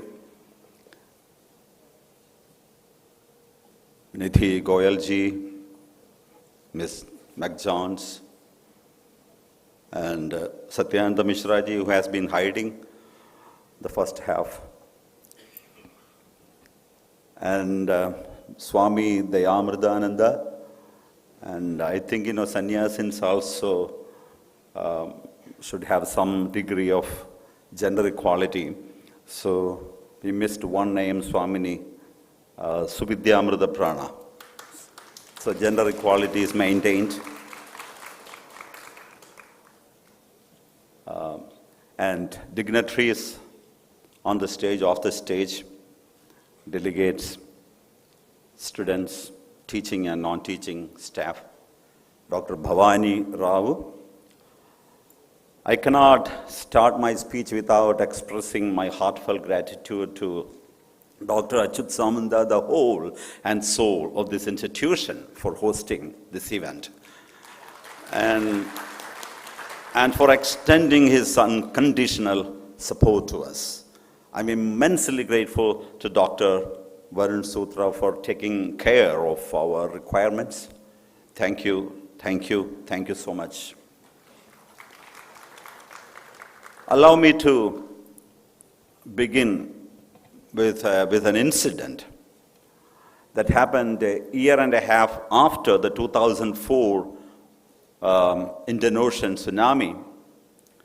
Once our organization finished its tsunami relief and rehabilitation activities, we wanted to create a document for future use and reference by putting all the details in a book form.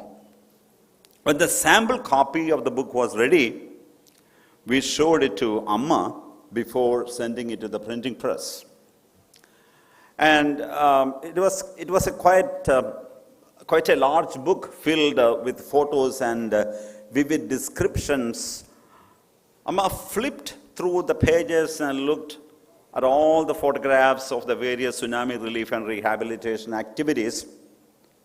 There were pictures of Amma working alongside with the volunteers, Indian and Western, senior monks, residents. We even had a picture of Ram. Ram was the elephant, the male elephant. And he was also doing some activities. And while glancing through the picture book, Amma suddenly shouted, "Where is Lakshmi?" At first we thought Amma was referring to Amma's personal attendant, whose name is also Lakshmi. When somebody was about to run out to call Lakshmi, Amma stopped the person and exclaimed and explained, "No, no, no, no, Lakshmi, Lakshmi, the female elephant. Where is Lakshmi? The picture of Lakshmi." And Amma said, "It's not fair. You have pictures of Raman, but not Lakshmi. She also deserves appreciation."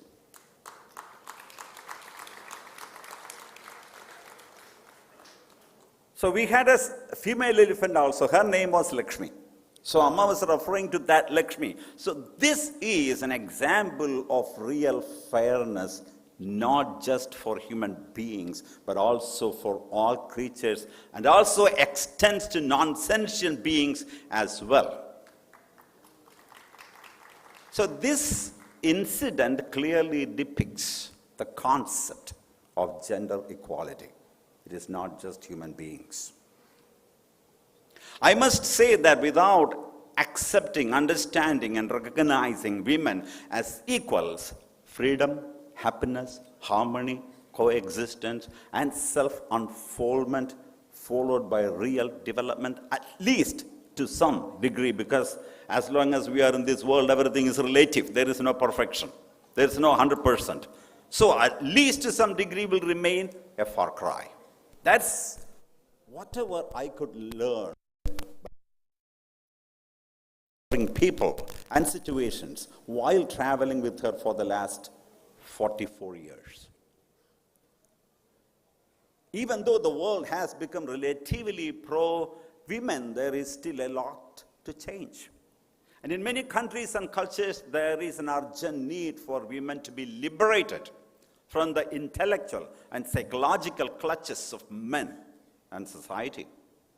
So this liberation not only frees women, it is not freedom for women, but men as well. So men, including myself, must be compassionate and unchain women from the shackles of the past. And women will automatically become empowered if that happens. But women too will have to heighten their consciousness to come out of the psychological conditioning that society has forced on them. Of course, men have their own strengths and potential, but women own greater powers. Women in general have better health, greater resistance to diseases, longer lifespan. They have lower suicide rates and lesser cases of depression and mental illnesses. Women have more patience, love, and forbearance. And that's why God did not give the privilege, the rare gift of pregnancy to men. And on top of everything, men are born out of woman. As Amma said in her message, she carried him, nurtured and nourished him, and completely enveloped him for 40 weeks, 280 days, 9 months and 7 days. So when all these qualities are put together, men have nothing much to claim. It is natural for a weak person to put up a show of courage, power, and authority, right?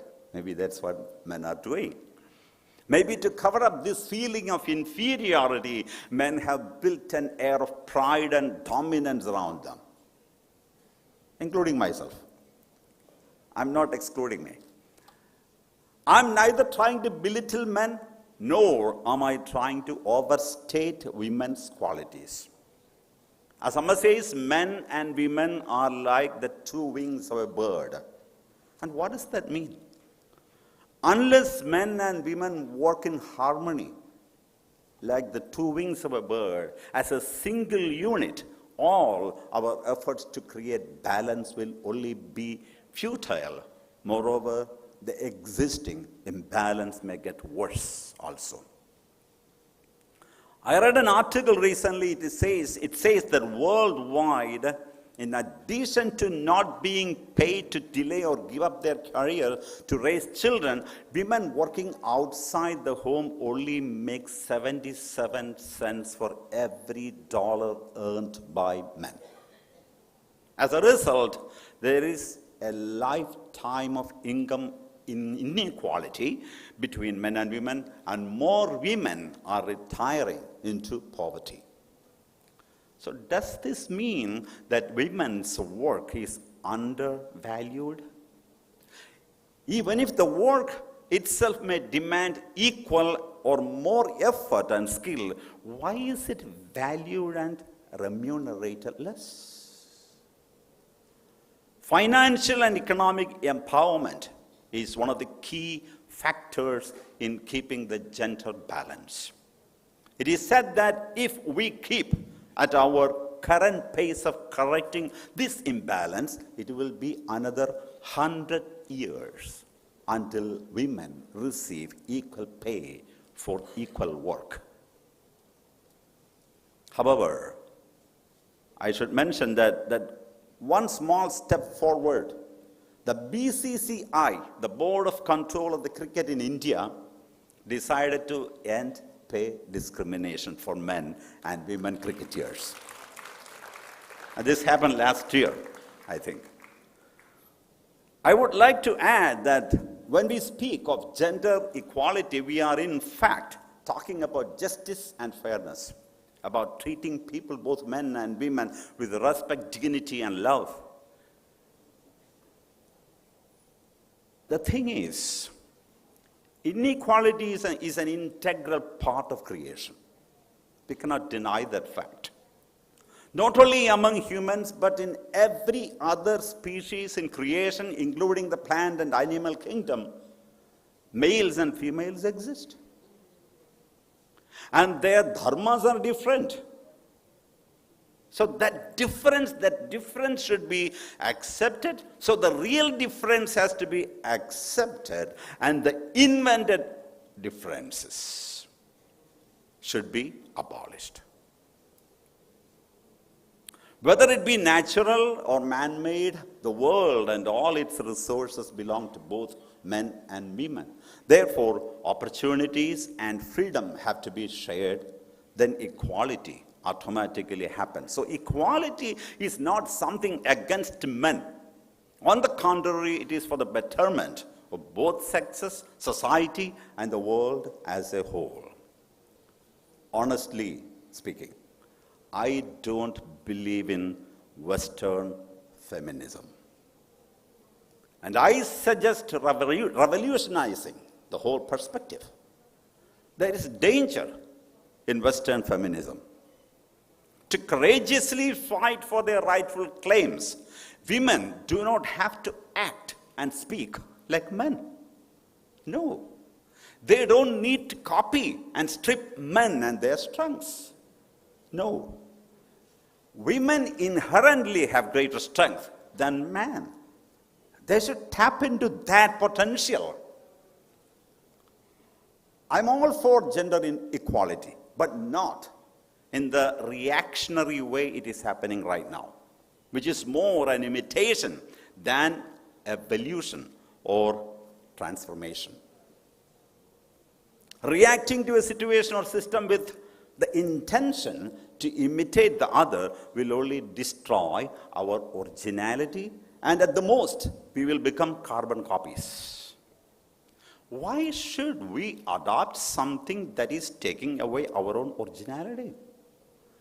It's like Anthony Hopkins wanting to become Amitabh Bachchan, or Anthony Hopkins wanting to become Ranveer Singh. Why? In America, post-World War I, opportunities were short-lived. Millions of men came home after the war to claim their former jobs, while women returned to domestic roles or jobs such as nurses, teachers, or secretaries. It wasn't until the 1960s that a new generation took up the call for equal opportunity. However, in Rwanda, that's not what happened. The call for equality was led not by thousands of women, but by one man, President Paul Kagame, who has led the country since his army stopped genocide. Kagame decided that Rwanda was so demolished, so broken, it simply could not be rebuilt with men's labor alone. So the country's new constitution, passed in 2003, decreed that 30% of the parliamentary seats be reserved for women. The government also pledged that girls' education would be encouraged, that women would be appointed to leadership roles such as government ministers and police chiefs. Kagame vowed to not merely play catch-up to the West, but leapfrog ahead of it. The country embraced Kagame's policies and even went beyond its mandatory minimum. In 2003 election, 48% of parliamentary seats went to women. And in the next election, 64%.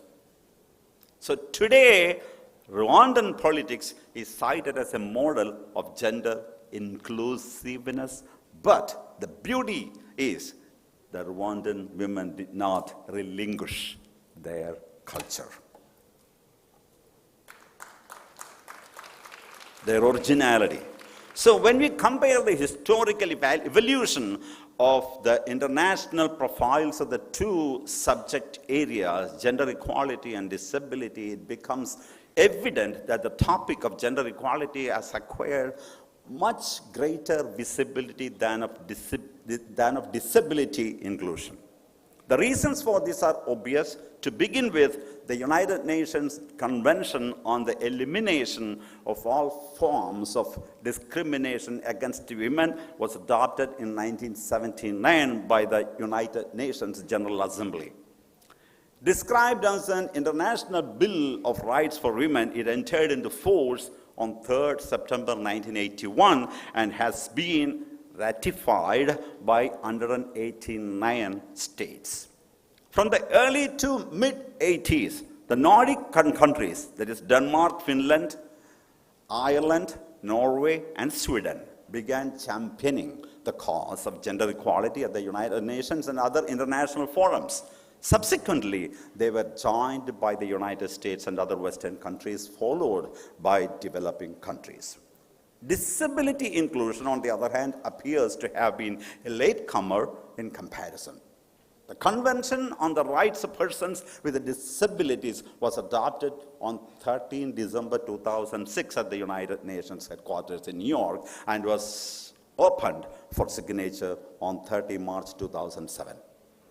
The convention entered into force on 3rd May 2008 and has been ratified by 104 states. Until then, efforts had been more sporadic.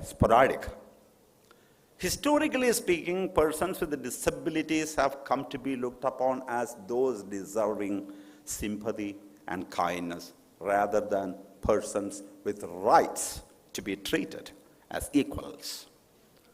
Full and barrier-free accessibility and disability inclusion are not merely about visible disabilities, but also about invisible disabilities, including those resulting from aging and temporary disabilities arising from accidents, pregnancy, or any other incapacitation. They are not about charity or sympathy, but about dignity, self-worth, and respect. No meaningful, sustainable development is possible if we continue to exclude, ignore, or marginalize 15% of our population. Until accessibility is recognized as an enforceable right, we will not have an inclusive society. To highlight the importance of accessibility and disability inclusion, we support and are about to execute full and barrier-free accessibility and disability inclusion as a standalone, dedicated working group of the C20.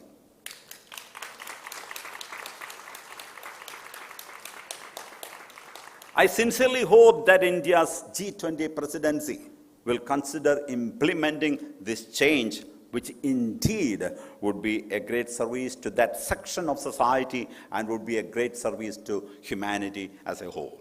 In my view, there is another significant contribution that CSOs can make to the international discourse of the topics of gender equality and women's empowerment, as well as accessibility and disability inclusion. Experience shows that most of the contributions in these areas has traditionally come from industrialized countries and tend to reflect conditions, experiences, and challenges in those societies. They do not always necessarily incorporate or address conditions and culture that exists in developing countries and the specific challenges that they face, especially in accessing, adapting, and utilizing rapid technological advances made in recent years. What other practical, implementable, and meaningful recommendations can and should the C20 bring forward and submit to the G20, especially those who go beyond the traditional ones relating to advocacy and calls for the allocation of additional financial resources? May this meeting clarify these questions. In summary, as gender equality is gradually gaining momentum, the issue of disability should also be seriously addressed. The contributions of these two sections of society are priceless. Out of ignorance, inherited tendencies, or past conditioning, historically, we haven't valued the capabilities and contributions to the building of wholesome societies by spreading the message of oneness and unity. And women can contribute immensely in unity, peace, and love.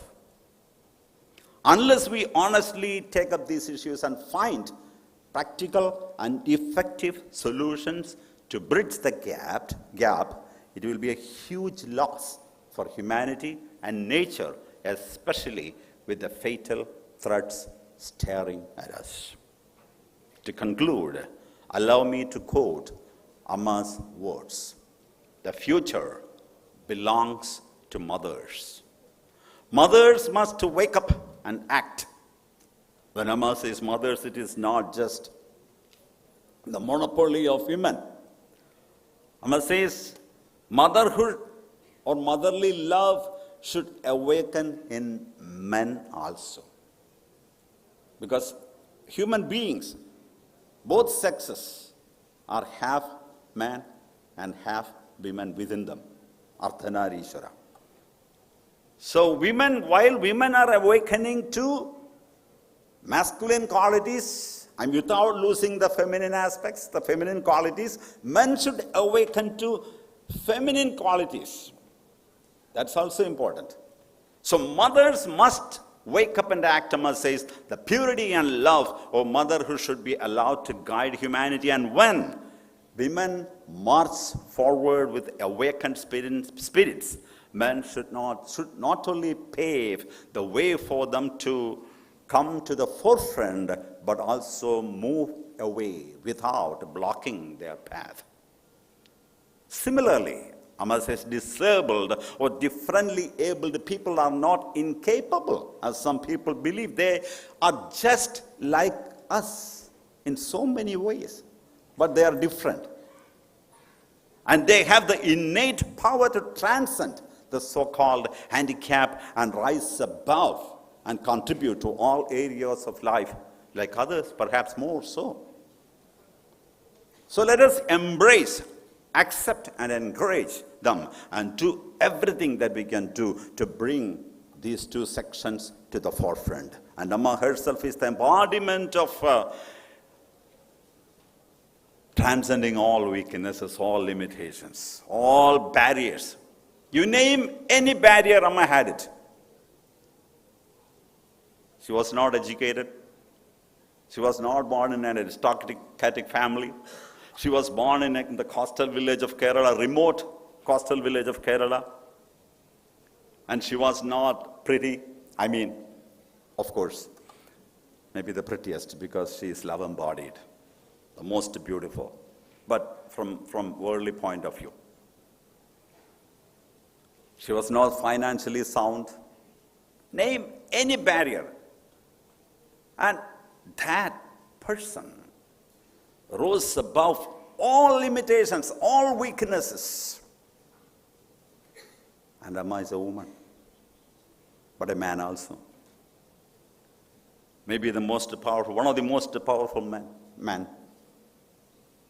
and women as well. So it's an example, an inspiration, a guide, a perfect mentor. Once again, I express my immense gratitude to Professor Achyut Samanta, Dr. Varun Sutra, and the entire teaching and non-teaching staff, and the students of KEED for making this event a beautiful and memorable one. Thank you so much. Om Amriteshwariyai Namaha.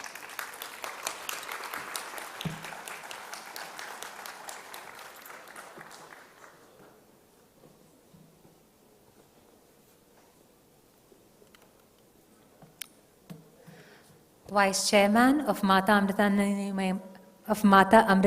Mutt and President of Amrita Vishwa Vidyapeetham, Swami Amrita Swarupananda Puri. Thank you so much for reminding us and giving us this fresh take on gender equality. Thank you, Swamiji. Coming up next, we have Mr. Vijay Nambiar ji, our Sherpa for C20 2023.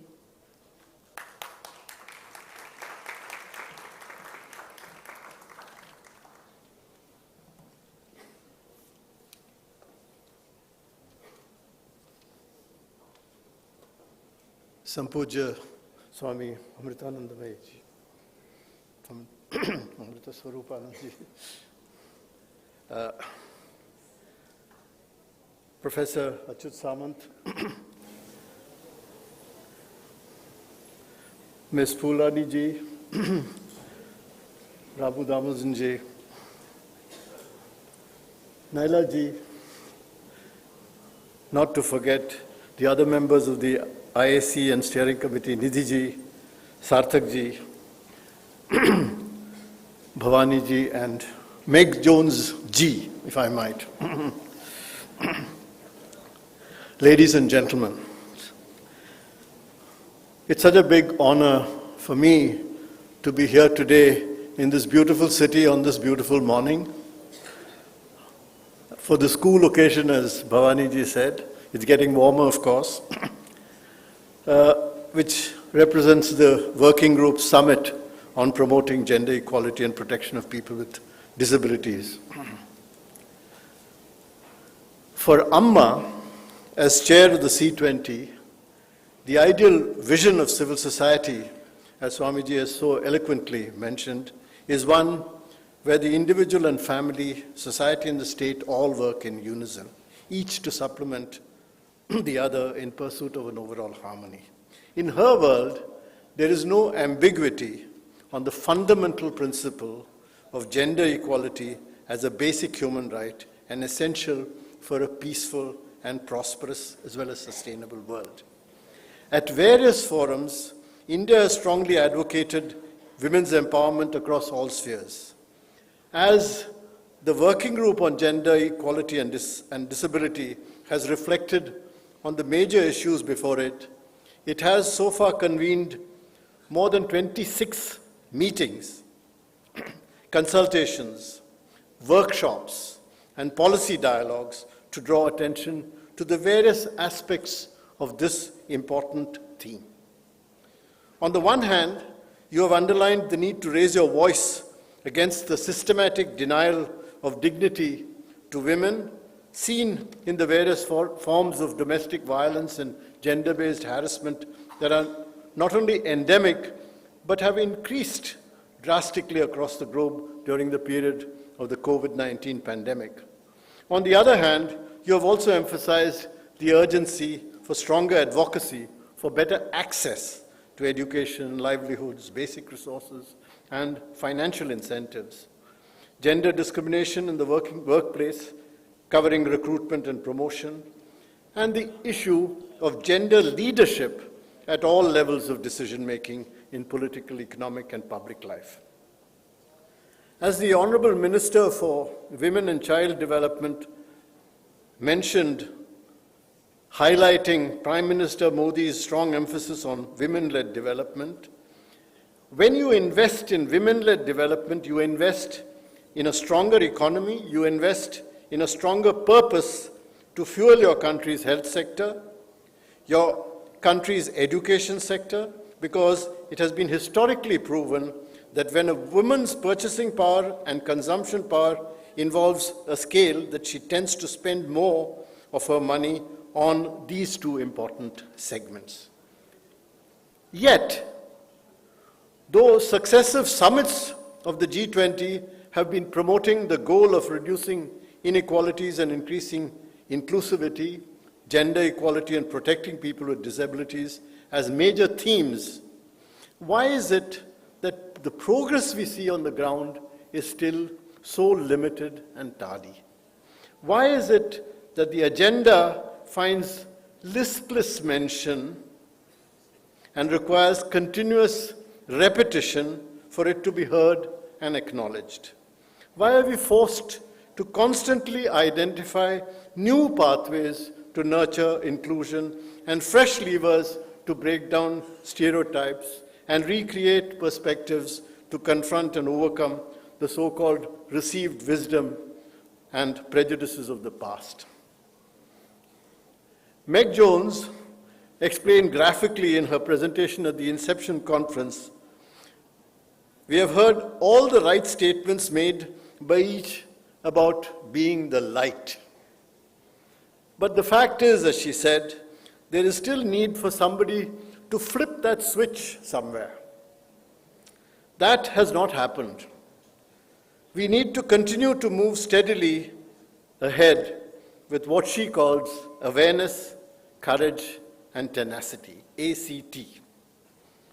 We are at the midpoint of the SDGs, and all indications are that the world is severely off track in achieving the gender equality-related growth and targets.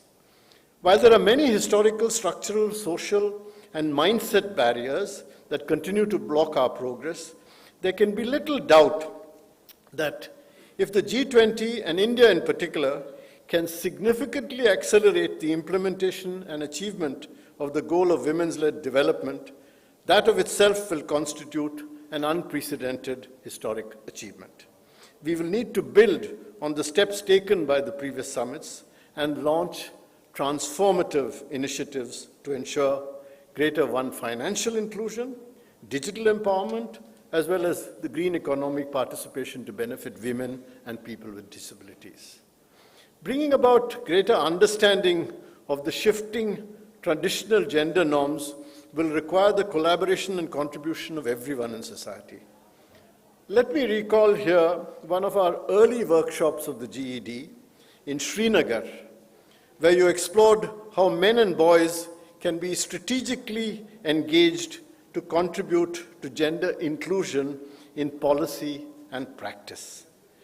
It was most touching that you were able to actually leverage the so-called anxieties of patriarchy to bring about a greater understanding of the common responsibility stretching across genders and the need for compassion to build harmony and better understanding in the ordinary lives of CRPF families, the Central Reserve Police Force families, posted in Srinagar, through a more sensible and balanced distribution of daily responsibilities among them.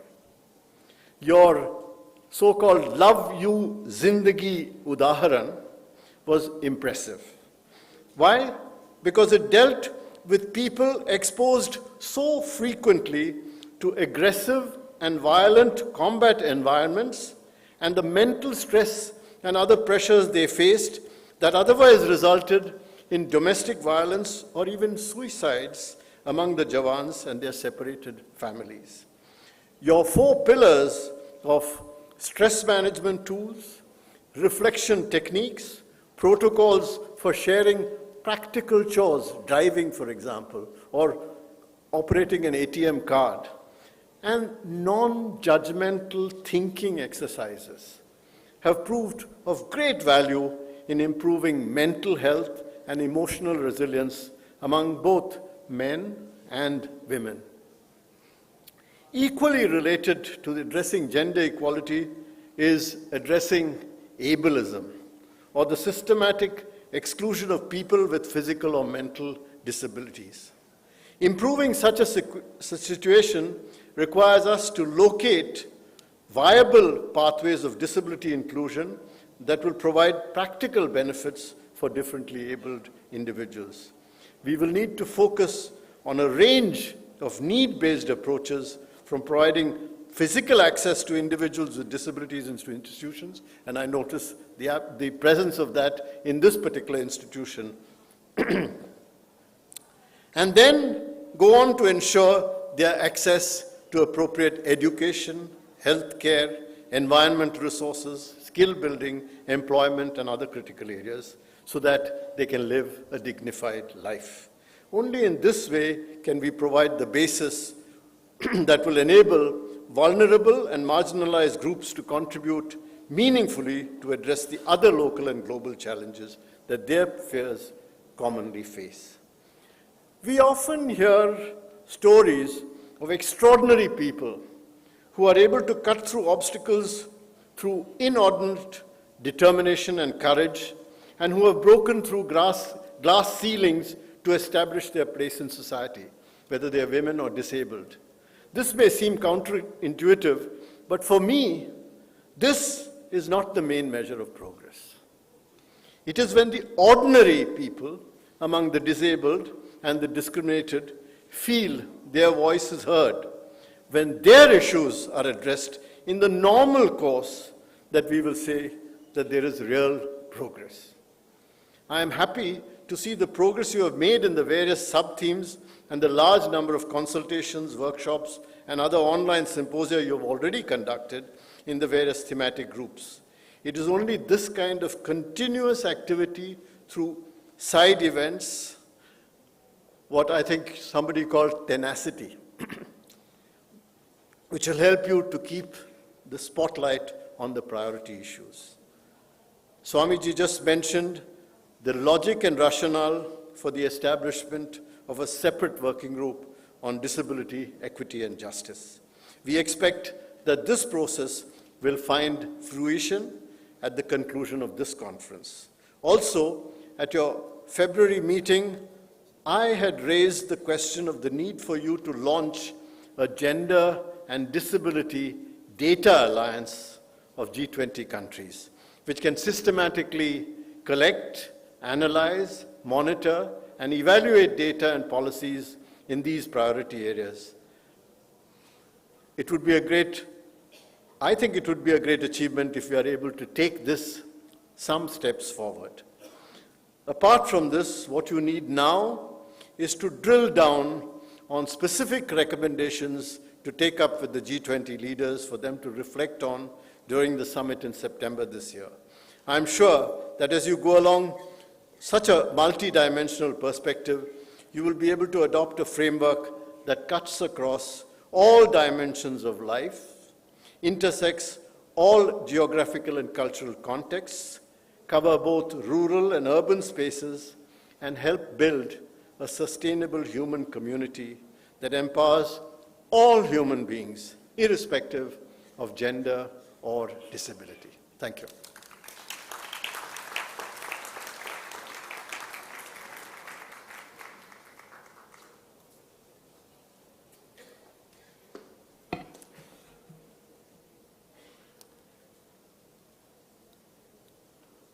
Thank you, sir, for your valuable words. We're now coming to a close of this program of the inaugural session. And for this, I would like to call upon Nidhi Goyal ji from Rising Flames. She's also the Indian co-coordinator for the Gender Equality and Disability Working Group.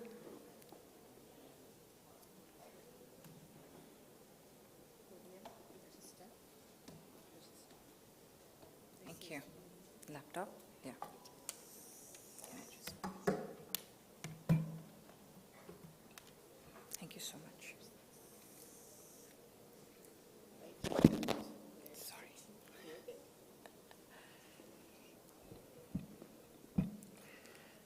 Namaskar, everyone. Thank you so much for being here today at this summit of Gender Equality and Disability Working Group within Civil 20 India. It's really, I'm so overwhelmed to give this vote of thanks. There are so many dignitaries here on the dais, in the room, civil society members who've been doing so important work, and all of us coming together with a single goal. As a steering committee member of Civil 20 India, it's a particularly memorable moment for me. I've worked across 22 countries. Over 10 years, I've had this opportunity to travel, but I've never been a witness to this kind of congregation or really confluence of ideas, of energies, of commitments coming together. The first thing, with a lot of gratitude to the vision of our Honorable Chair, to the Indian leadership, to Swamiji, respected Swamiji, member of Troika, and representative of our Honorable Chair, Amma, our respected Nambiar sir. Thank you for acknowledging, thank you for supporting, and thank you for having this vision to bring forward a standalone disability working group going ahead from this summit. I just want to take this moment to say that this is a historical step in the G20 process, where Civil 20 has ever taken disability inclusion to a next level. I would really request everyone. Thank you to the Indian leadership and once again, our vision of our Honorable Chair, Mata Amritanandamayi Devi ji, for this step forward. As I said, this moment is a witness of a confluence of energies and commitments, the convergence of stakeholders, all with a single goal, to amplify civil society voices in attaining gender equality. We are the midway of the Sustainable Development Goals, as we understand, and it is important that we focus on leaving no one behind. Our speakers have been doing that.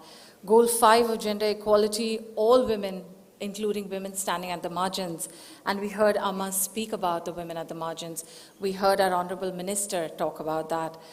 Thank you for identifying the issue. The panels, the dignitaries, thank you for identifying the issue. Thank you for acknowledging that problems are many. But the most important thing is thank you for bringing the light here. Bringing the light and being the light through the udharans that you present, that you embody, and that you bring to the table. Gender inclusion and disability inclusion can become a reality only if all of us stand together. Thank you once again for coming and joining hands, for being the champions, and for inspiring all of us and our colleagues. A big thank you for creating this space, for standing with us, and for listening, as well as providing this opportunity for communities to lead. Our special guests, and I would like to thank each of them, starting from our Honorable Minister, Kunjusha ji, and our respected Permanent Secretary representing her. I'd really request Dr. Bhavani Rao to felicitate the Honorable Minister and and request Permanent Secretary Fulrani ji to accept this token on our behalf.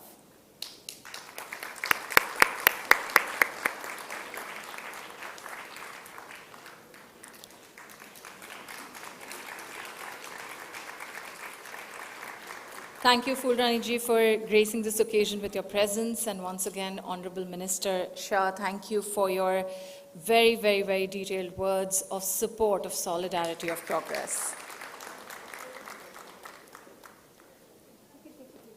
Yes?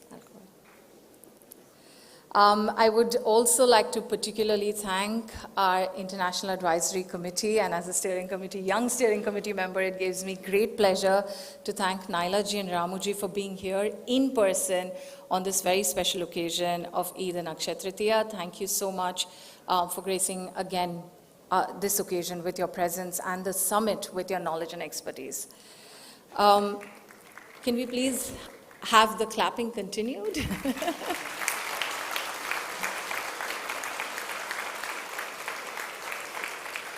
Thank you, our respected Sherpa Nambia sir, for constantly guiding us through the entire Civil 20 process. At your age, the commitment that you bring, you really inspire us to move forward in a more synchronized way. Honorable Chair, there is not enough words for her leadership, her vision, the way she has stood with all of us, blessed us and guided us. Very, very, very big pranams and thank you at the lotus feet of Amma. And respected Swamiji for being on the Troika and always guiding us through our entire journey of Civil 20. Thank you so much.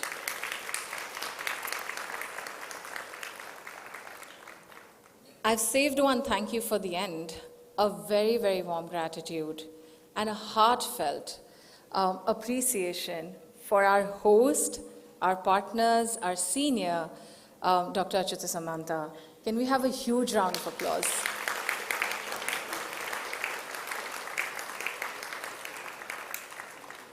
Thank you so much, sir, for having us here. We've heard about your incredible work. We witness it in these institutes and through your other political work as well. But one little story that someone came and whispered to me at the back of the stage, which is really important for all of us to know, right? A story of 20 years ago, when two students with muscular dystrophy could not find an academic institution that could support them. And Dr. Samantha and his team, his efforts brought them here, made them feel welcome, accommodated their needs, and ensured that they could become productive citizens of India, contributing to society, being economically independent. I would like to acknowledge Dr. Samantha particularly for this and the students, Ravi Kiran ji and Ravi Teja ji, who made this institute and were receivers of the love and compassion that this institute brought in all of our lives. I just want to say that love and compassion, empathy brings us together, but this kind of commitment that we see from our experts, our dignitaries, from all of you, the commitment and the goal moves us forward. So let us together today and continue to move forward to ensure that the social, political, and economic growth is human-centric and holds together and creates space for people at the margins, for women, for gender equality, to truly attain the goal of one earth, one family. Thank you.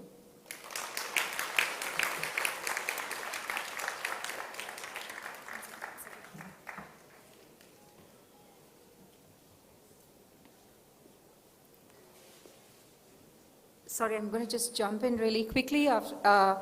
We're about a whole session over time. So we will skip the next plenary session and then we will bring the coffee break forward. And so we were going to give you, there was going to be a presentation, a video talk by the UN Resident Coordinator, Shambi Sharp, which we will play later during the day. And we were going to give an introductory talk on the deliberations that have happened within the Gender Equality and Disability Working Group, as well as a presentation of our methodology on how we have reached the policy decisions. Unfortunately, because we've run out of time, we'll probably just compress it when we do our next plenary session.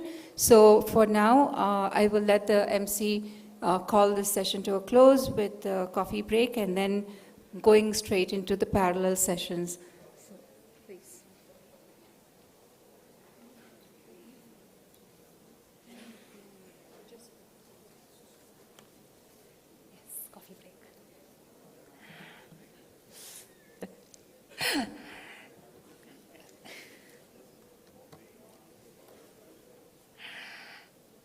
Good afternoon one more time. As announced, we'll be breaking for coffee and for some refreshments. Our guests can also proceed to the banquet room, which is on your right-hand side. The exit is this way for our guests, for our discussants and participants. For everybody else, including our students, refreshments will be served at the end, the rear exit in the foyer area. Following which, we ask all our discussants to join their respective rooms. And for the others, they can come back to the auditorium and join us right here. We will be breaking for coffee now. You can proceed to have snacks.